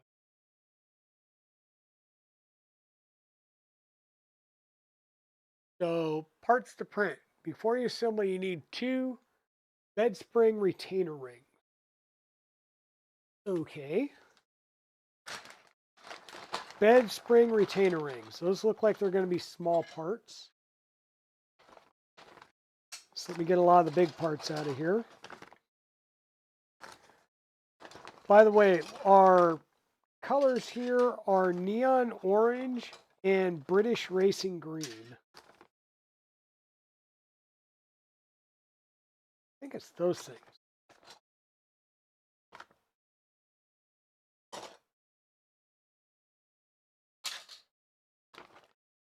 I say that. I wait for zero confirmation from Nomad. So, yeah, we're going to hope that's what they are. Is these parts.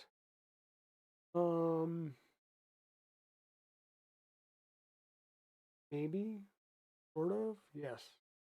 It does have a print in place support, so we got to remove that. That little nub piece right there. See how, oh, yeah, well, that was easy. What she said. Boom. Gotta love those print in place supports that are done nicely. Oh, hey, Free Heathen, since you're here, what do you think? Box Turtle Maker chip?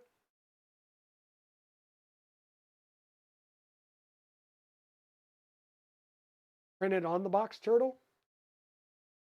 So,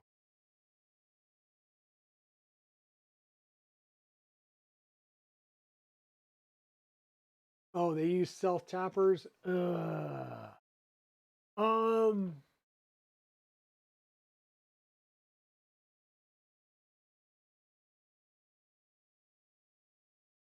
I I honestly I don't know. Um, I haven't seen anything, and I haven't even looked on the Bamboo website to see if they sell just those. So I'm assuming it would be the rear shroud piece, not the front, because the front just magnetizes on. So it would be the back shroud piece. Ugh.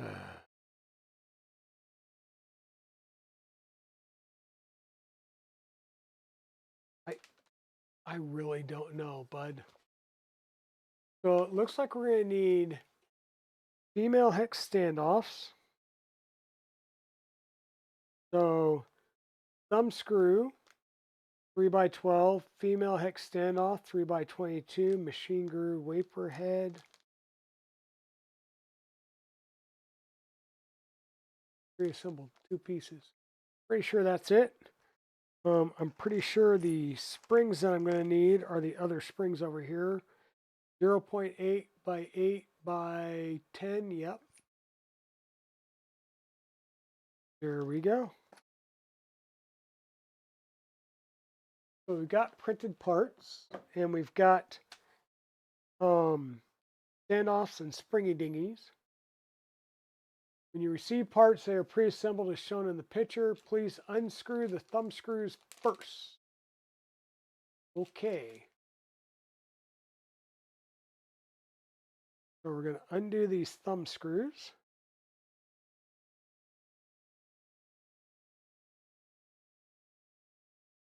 Long thumb. See? Near the dry wheels. Okay. Yeah, I haven't, my friend. Hey, Tugboat, how's it going?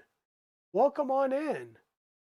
We're going to install the bed springs. How do we do this? The retainers and then the springs.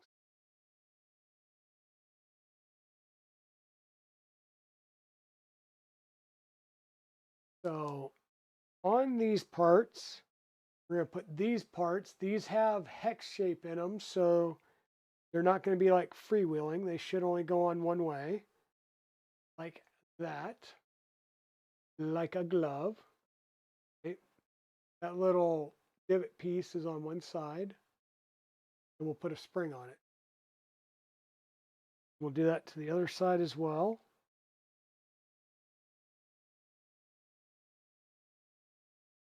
There's our 2 little hex assemblies.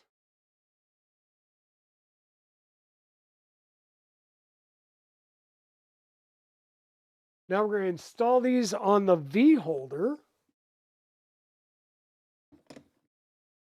Oh, hey, Heathen, you just recently got here. So a lot of our CNC stuff is in the Positron box here.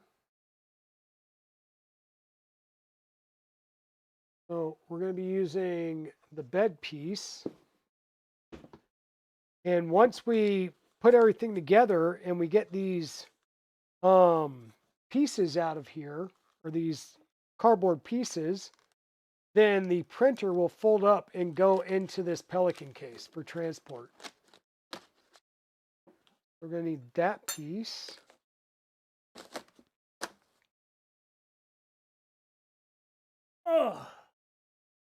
And we're going to insert the M3 by 12 screws into the holes in the B-bed holder.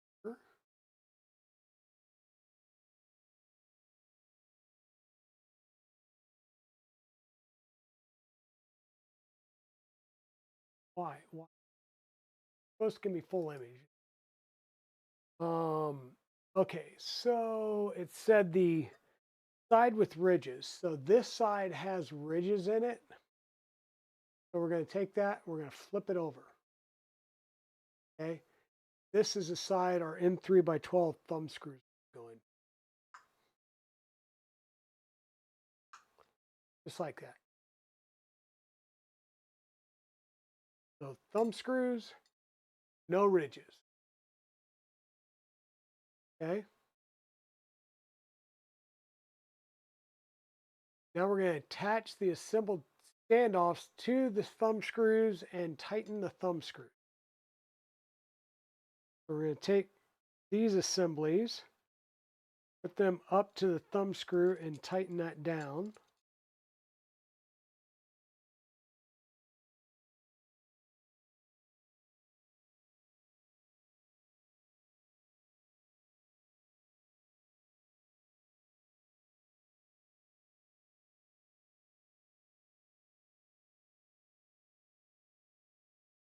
And it doesn't say it. Leave the opening of the retainer ring inward facing. I'm going to say it didn't say, or I didn't notice that before, but I had a feeling that made sense.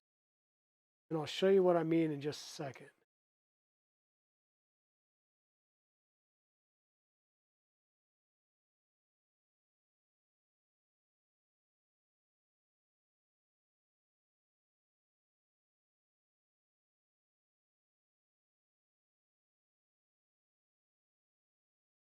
Okay.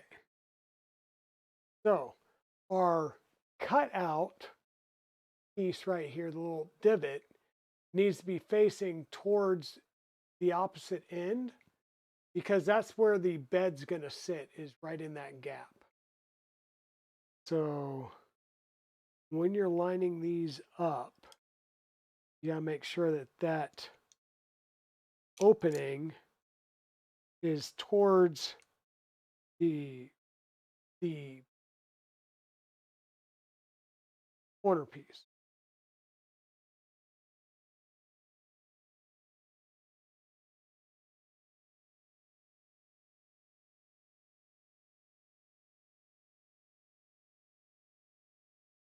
This is, well, they're both still. Dang it.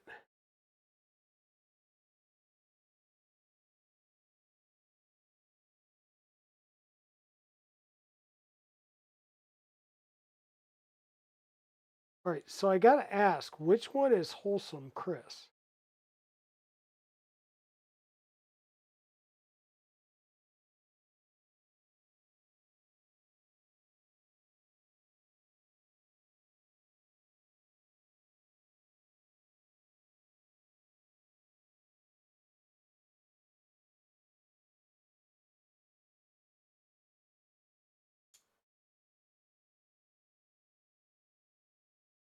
You mind?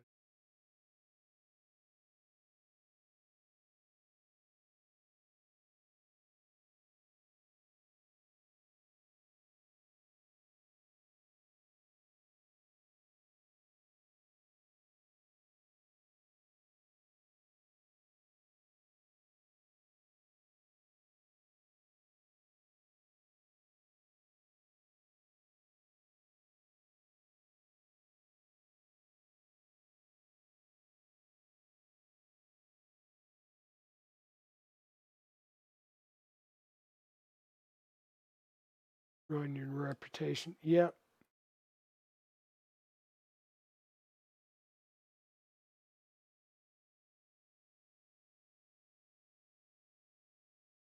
All right, we'll play with that a little bit.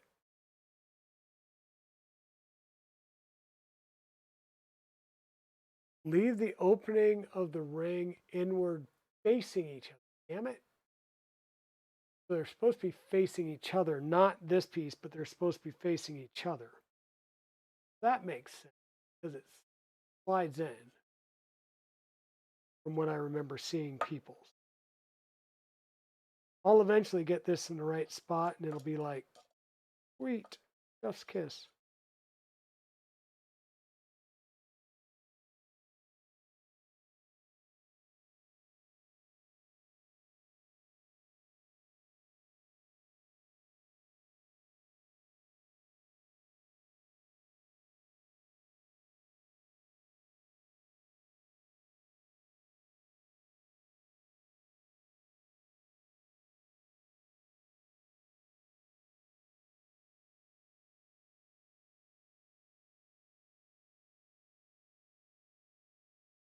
There we go. Hey Liz, how's it going? Polymaker Spool.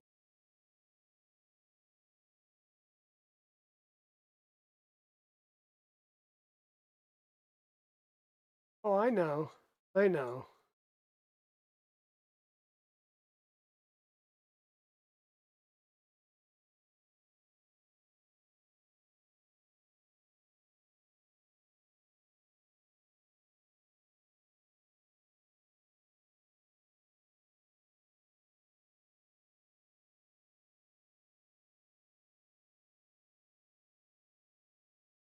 Hacking for Niagara. Just don't go over the falls. Okay. Hey, that assembly is now complete. That was quick. Um, um, whoops. Touch panel. Let's see. This looks like it's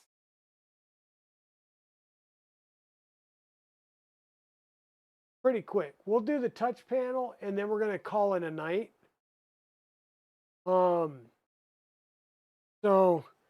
another assembly ready to go. I'm going to sit this over here with the box, or back in the box, I should say. I'm going to grab the touch panel out of here. Yeah.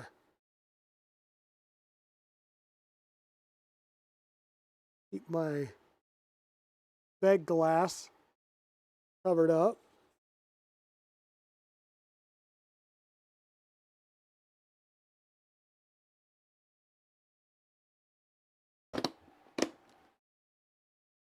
I think that's pretty much going to be our stopping point for the night now.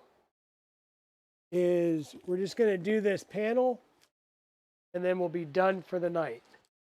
So this spring I'm going to say is a spare, or maybe used later on for the third mounting point. Who knows? Need this piece.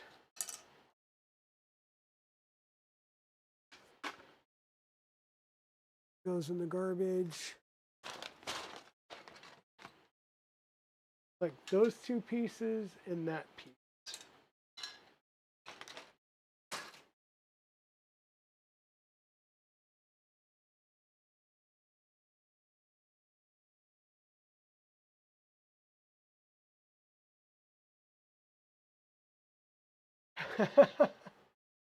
Oh man.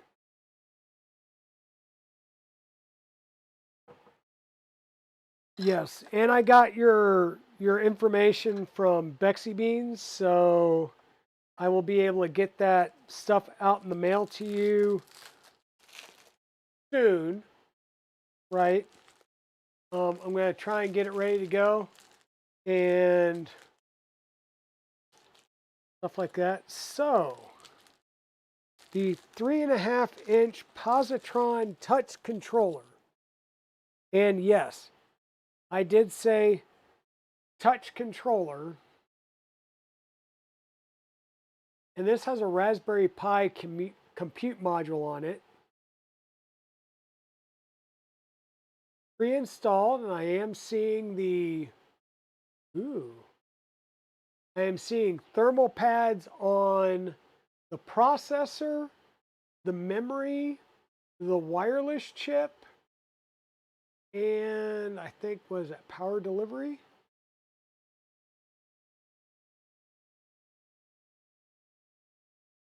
So that's pretty sweet. Oh, no, not a problem. Not a problem. Yep, not a problem. Okay, so I think we've got everything here to get ready. We've got the enclosure, the cover slash stand, and the back plate. The back plate got 4 M2.5 by 3 by 4 heat set inserts added to it. Okay. And let's get started. Install the Wi-Fi antenna. Remove the film on the screen. I'm going to wait and remove the film when we get ready to put it in.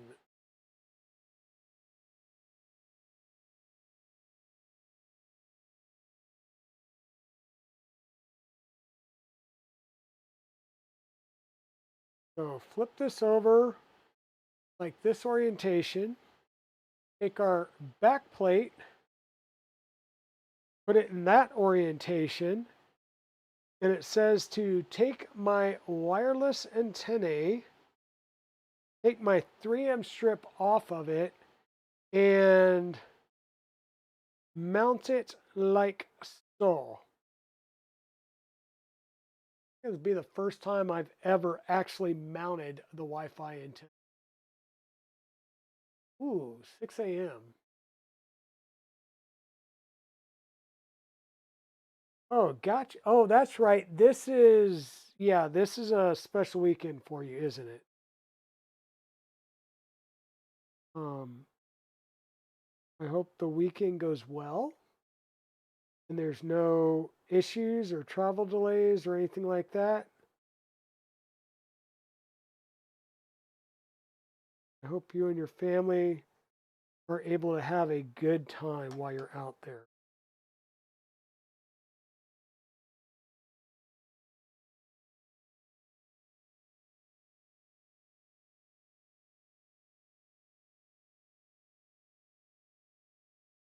Okay. 3M backing. Really? How we're going to play this? There we go. Backing tape off. This like this, this like this. This gets turned, be like the 180, and this gets mounted right here. Got it.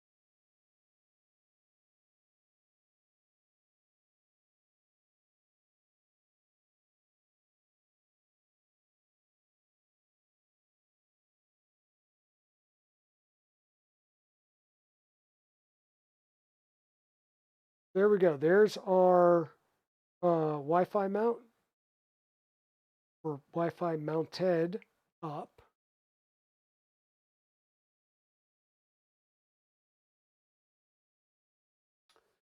Put the touch control into the touch enclosure and cover the back plate. Okay. Fine. I guess we're going to have to do our bomb chicka wow wow. Ready for the peel? Everybody ready for the peel? Here we go. We're going to grab this and we're going to do a peel. Started.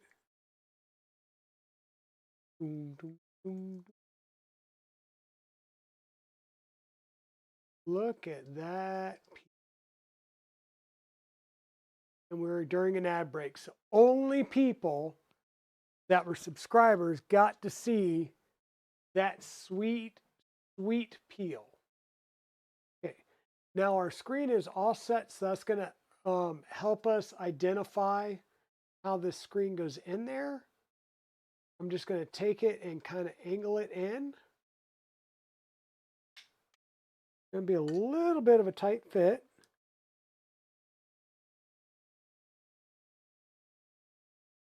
Well, it's a little bit of a tight fit because there's like print in place tabs in there. So I'm going to get the bottom in and then rotate the top in, which should make it easier to get in. Should make it easier to get in. We don't want to bust our LED. Oh, there we go. There we go. We're all the way in. No gaps around the edge. Fingerprints. Dang it. Now we're going to take our backing plate and watch our wire. Kind of let our wire get in there. And this is going to go flip right around it.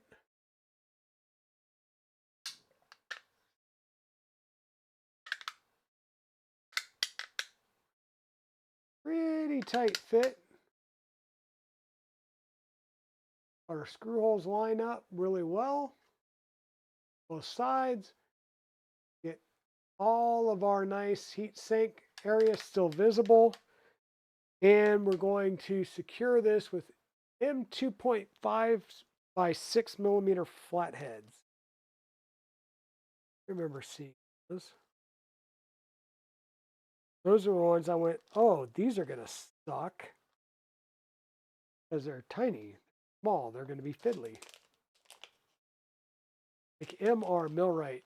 That's what she said. Exactly. It's a nice, tight, secure fit. So far, all of the printed parts have just printed, or not printed, but fitted beautifully. A lot of things on this build need to be tight and just right.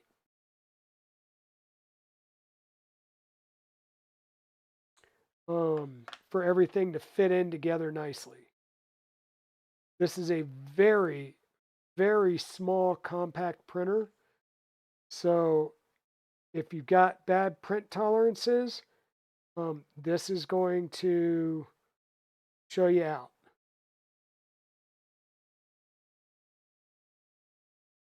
You want to get your print tolerances and your extrusion multipliers and everything dialed in before you print these parts. You know, on a bigger printer, you might be able to fudge and file and stuff like that.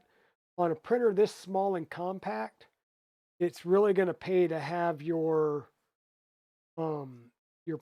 printer dialed in when you're printing the parts. And I'm going to say I feel like I cheated somewhat because I printed this on the Bamboo Lab.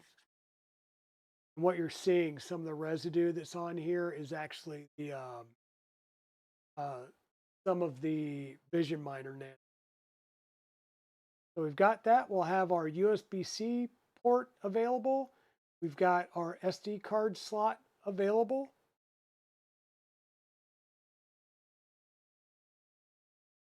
And our cover / stand, which that's going to need.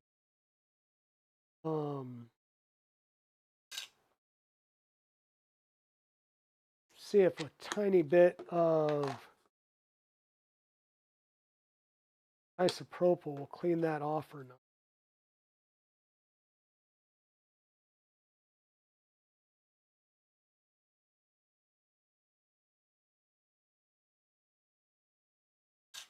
And the answer is probably not.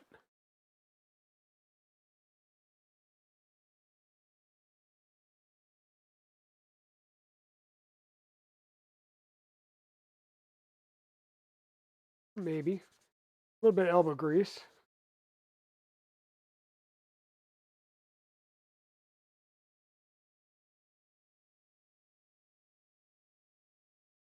We want the parts to be looking pretty, especially the ones that are going to be exposed to everybody. All right, sir, take it easy.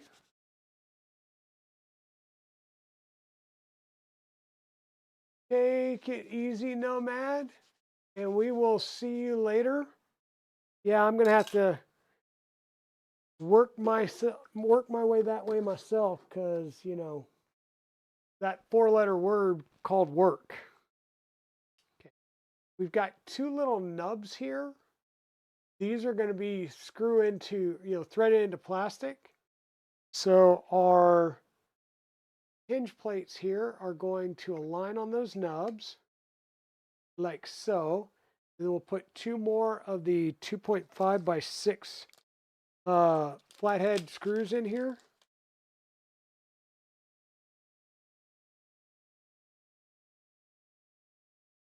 And these are basically becoming hinges. So, and we're going into plastic, so we don't need to hug-a-dug of these. We're just going to get them down and flush. And as soon as we feel a tighter resistance, we're done.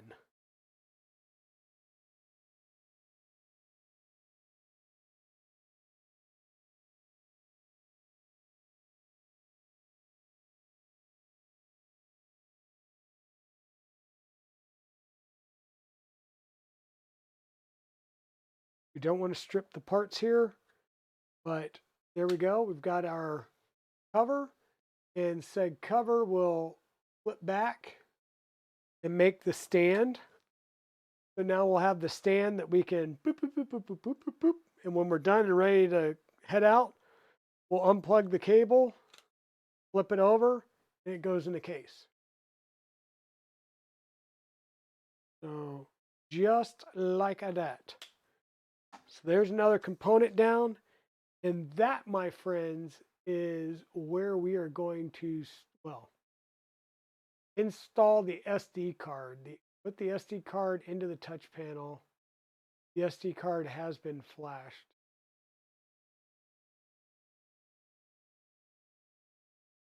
Is that in the electronics somewhere? Because I haven't seen the SD card yet, but dude, full head PCB, thermal pads, USB cable, front LED PCB, PV3 switch PCB, DC jack,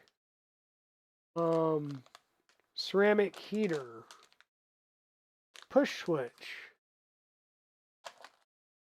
package of fans, 32 gig SD card, some cables, and the LDO Positron mainboard.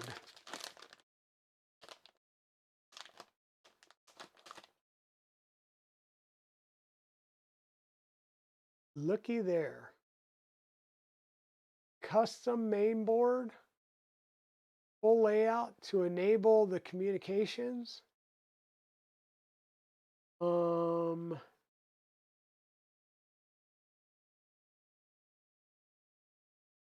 it's actually 3 RGBs sitting right there on the top.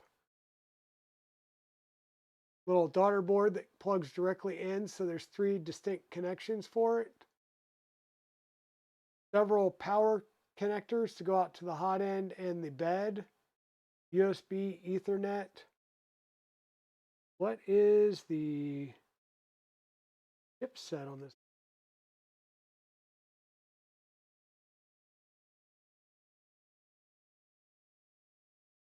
Yeah, I gotta get out my reading glasses. Hold on a second.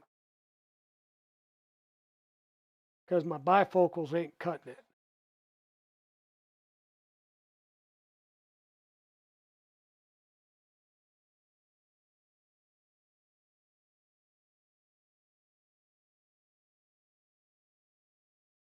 Okay. Ah. So that's a Raspberry Pi chip.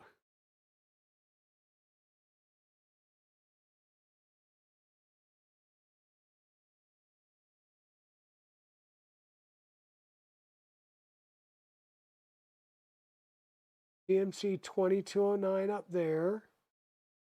Another TMC 2209, another TMC 2209. Raspberry Pi.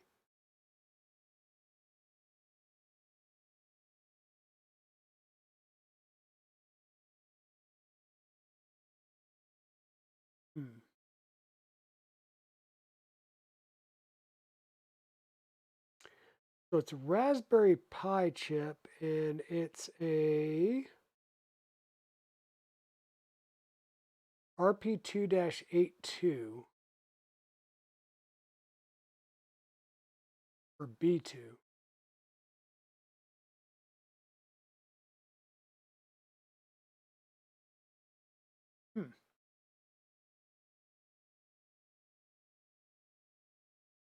This is probably, I'm thinking that this is probably running this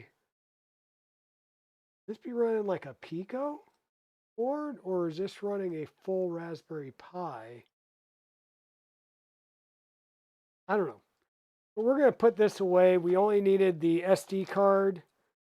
Sure, we'll be getting into this soon because as you'll see here in a minute, we've made really, really good progress tonight. So we'll get that in there, get the fans in there. Then we're going to take all of this and just throw it in there. Close that up.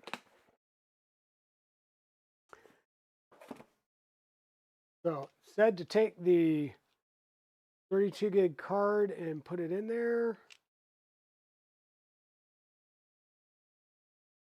Which one? Oh, there. This is a 32 gig Ultra Disc, a SanDisk Ultra Class 10 A1. So I've used a lot of these, so this should work well.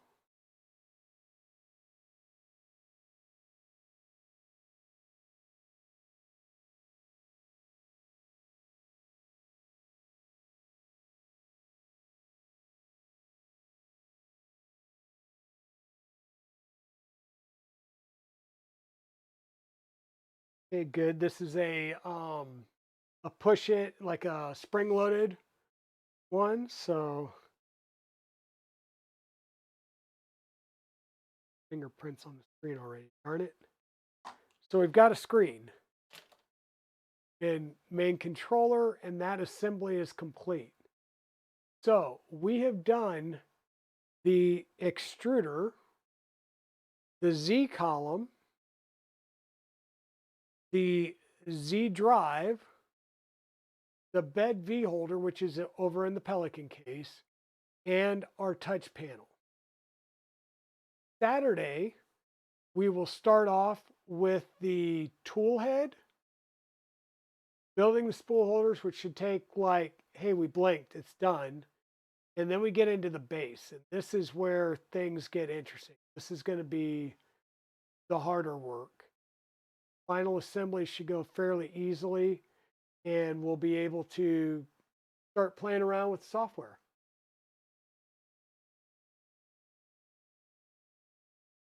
I don't know if we'll do first print on Saturday, but we will definitely be close enough that first print and stuff should be on Tuesday at the latest.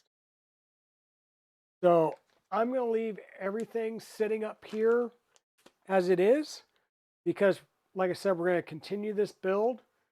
I just need kind of like this section right here to put stuff on because, well, I still haven't organized the entire Dragon Den, so, you know. But thank you so much, everybody, for being here this evening. We've made some killer progress today. I think we're in a good shape to continue on Saturday, and I may work on reprinting some parts simply because somebody sent me some new part options, and by that I mean some alternative um, some alternative parts to just give it a little bit more bling. So I figure, why not? Right? Uh, Bling works. Free heathen. They sent me the 1.5 millimeter. Like, look at that. Look how cute that is. And this is awesome because this is a 1.5 millimeter driver. And my Fabrico set right here, I busted the tip on it because, well, I was kind of using it as a pry bar. But I got a replacement driver. It's so cute and tiny. It's just like the, it's just like the Positron. It's nice and tiny. No, the shame is I can't find just that one driver. I have to buy like a kit, or everybody that's had just that one driver, they're out. So that's annoying. But anyhow, let us see who we can rate out to. It's Thursday night. Jano's back. I'm not sure if he was streaming tonight or not. I know he was on our stream earlier, and he sounded like he was a little tired. But let's see. We got good enough painting, doing some sim. Hey, Jano is on. Go jump over to Jano. He's normally very exciting. Got a maker hangout back from 3D Printopia, kind of doing a recap, and may be doing marbles if he already has not done marbles. So thank you everybody for being here. We've made awesome progress on this. And actually, it looks like he's just doing the Eat of the Week. So marbles is coming up. So we got to make this fast. Thank you for being here. I will see you guys on Saturday. We will continue the Positron build, and we've got more Box Turtle content coming up. As soon as I get the rails that I bought from Masumi, we'll get another one of those built up, and we're going to use the AFC light and do a couple of other bits and bobs that go with the ecosystem. So thank you, thank you, thank you for being here. Big love to everybody. Big hearts. Love that emoji, Pez Liz. You guys have a great night, and I will see you Saturday. Bye now.